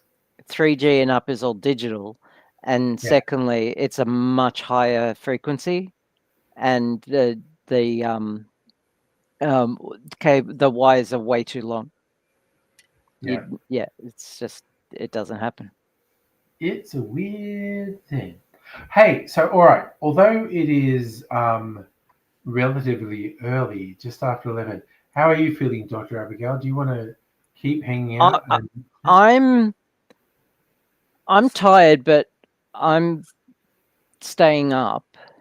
All right. I want to get at least Project Zomboid working on this new install. On your Linux Only because I've got actual admin tasks to do.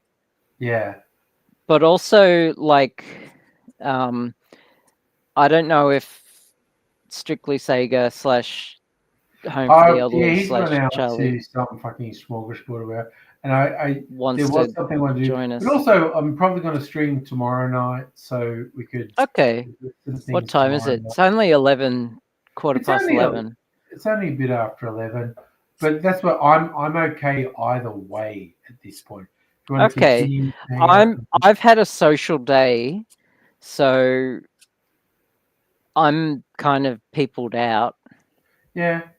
So I'm happy to stay just kind of chilled out here. But if you want to, don't make Yeah. make me the decision Even point. though it is relatively early, I am kind of going like, yeah, you know what? If I drank more alcohol, I'd kind of feel fucked up all of Saturday, and I'm going to do a stream on Saturday night anyway. So You know what? I'm getting old too. you're okay. Whoa, that's You're old. the whole thing. You're old. I know. I feel I'm pointing the opposite way, but it reverses it on camera. So Yeah. am I pointing at you at the moment? Let me see. From my perspective, yes, you are pointing at me. Okay. I know you're old, but I am also old. And I just had a birthday, so I'm feeling old. I legit chucked a sickie on Monday because I spent the weekend helping my daughter move house, and I was lifting stuff, and I was just like, "Oh my god, I am so fucking fatigued," and I didn't go into the office all this week, so I was working Tuesday and Thursday, but I was online. It's like, no, literally, if I had to do the extra effort of leaving the house and I would just be fucked and useless. So I will actually get much more done if I work from home. Yeah. I am I'm tired. Fatigued. Yeah. Anyway, I'm pretty sure a lot of that has to do with chronic fatigue. But for you, yes, and also for me, last bout of COVID, third bout of COVID. No two ways about it. I've had this physical fatigue thing ever since the last bout of COVID.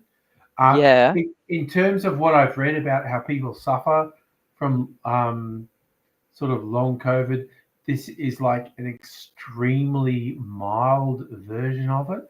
But I legit just on a normal day, I just go like, I'm not doing anything and I feel really fatigued. It's because of because thinking takes energy. Yeah. Using your brain takes a surprisingly large amount of energy. Oh god, and physically, like even just if I'm just sitting on a nice comfortable lounge, I'm fine. But then I go to get up and it's this massive physical effort just to stand up, and it's like, oh, that's not good. That's bad. Justin, you're getting your first grey hairs. I got my first grey hairs in my late 20s. So yeah. It was, and that was only a couple of grey hairs, but you can see what was super humorous because I'd been colouring my hair since my 20s, And when COVID happened, I was just like, I don't give a shit anymore. I'm not going to color my hair anymore. I'm not going to cut it. And so it came out like this, which is my actual real hair color. God knows how many years this has been my actual real hair color, because I didn't know, because I was You would have coloring. seen it. You would have seen it. Like, I can kind of see a little bit of gray it was like there, after but like a month or two of not coloring your hair, you see the roots. I still remember my mum saying a really funny thing, like I was in my 40s. She's like, "You're the only one whose hair stayed dark, didn't go grey." And I was like, "Yeah, Mum, I've been coloring my hair since my late 20s." She just like backhanded me for making her look silly, but yeah, no one will ever accuse me of hiding the fact that I color my hair. yeah. Mm. But yeah, My hair is naturally green and purple. I was re-editing a couple of videos from years ago, to put them on TikTok or whatnot. I went, oh God, this is clearly after the last time I colored my hair, because I've got really long hair, but it's actually dark. And I was like, yeah, once during COVID, I colored my hair and then decided, ugh, no, I don't like that. I'm not coloring my hair. Well, when you have to do it yourself, it takes forever, and it's such a pain in the ass. Yeah. Yeah. But, it's again, we got to go glass half full. What I learned from COVID, that I don't want to give a fuck about my hair anymore. Remember this? Oh, what is that? Oh, it's your fidget thing. Yeah. That I 3D printed. Your 3D printed thing, yes. It just looks really good on the screen in 2D. Yeah. Because Oh, looks like it's just falling through reality. Yeah. Anyway. Oh, yeah. I'm going to think, even though it's relatively early, it's going to wuss out and crash tonight. But then I'll feel more invigorated to come back tomorrow. So I feel like I haven't really overdone it tonight. So I won't have my normal Saturday of going, I might have drunk too much alcohol last night. And so I can have a good Saturday and can do a stream on Saturday night and see how we go. Mrs. Angry's, okay, I don't want to make anyone jealous. Mrs. Angry's promised to make pancakes on Sunday. Dr. Abigail's been here for Pancake Sunday. Mrs. Angry's pancake recipe is friggin' awesome. Abigail's actually been here for a Pancake Sunday. Oh, yeah, Sata, thank you. I've got a cherry to eat. I had legit forgotten I had a cherry here.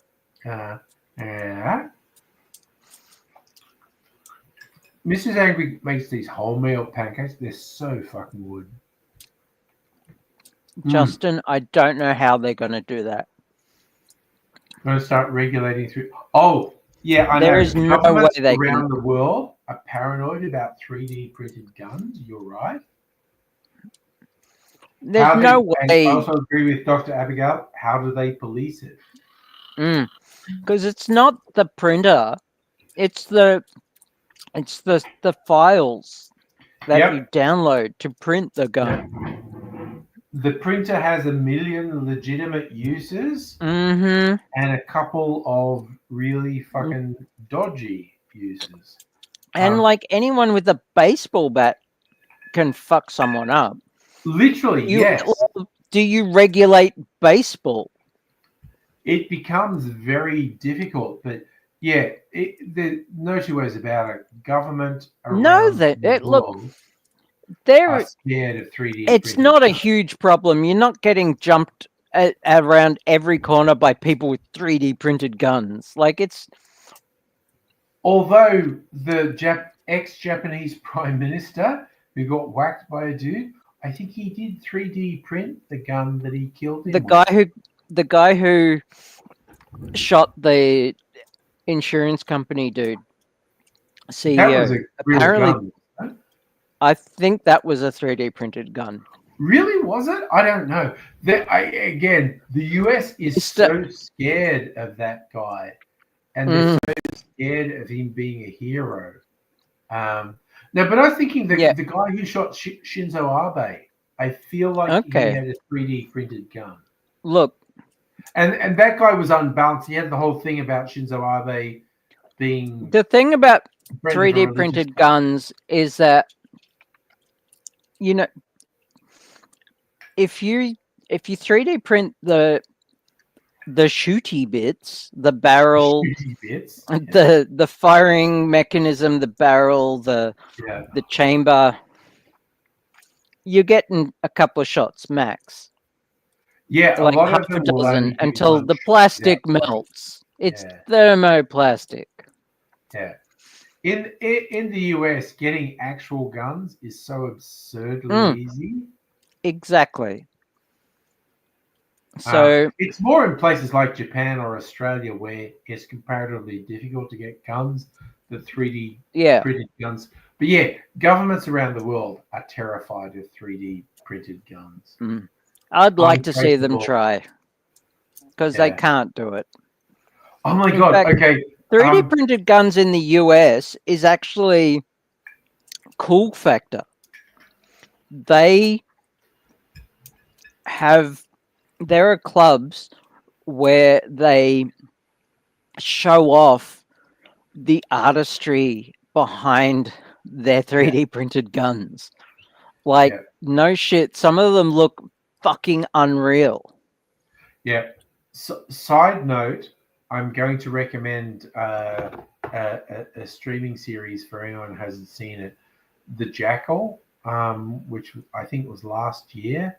One of the many versions of Day of the Jackal. I forget the name of the English actor.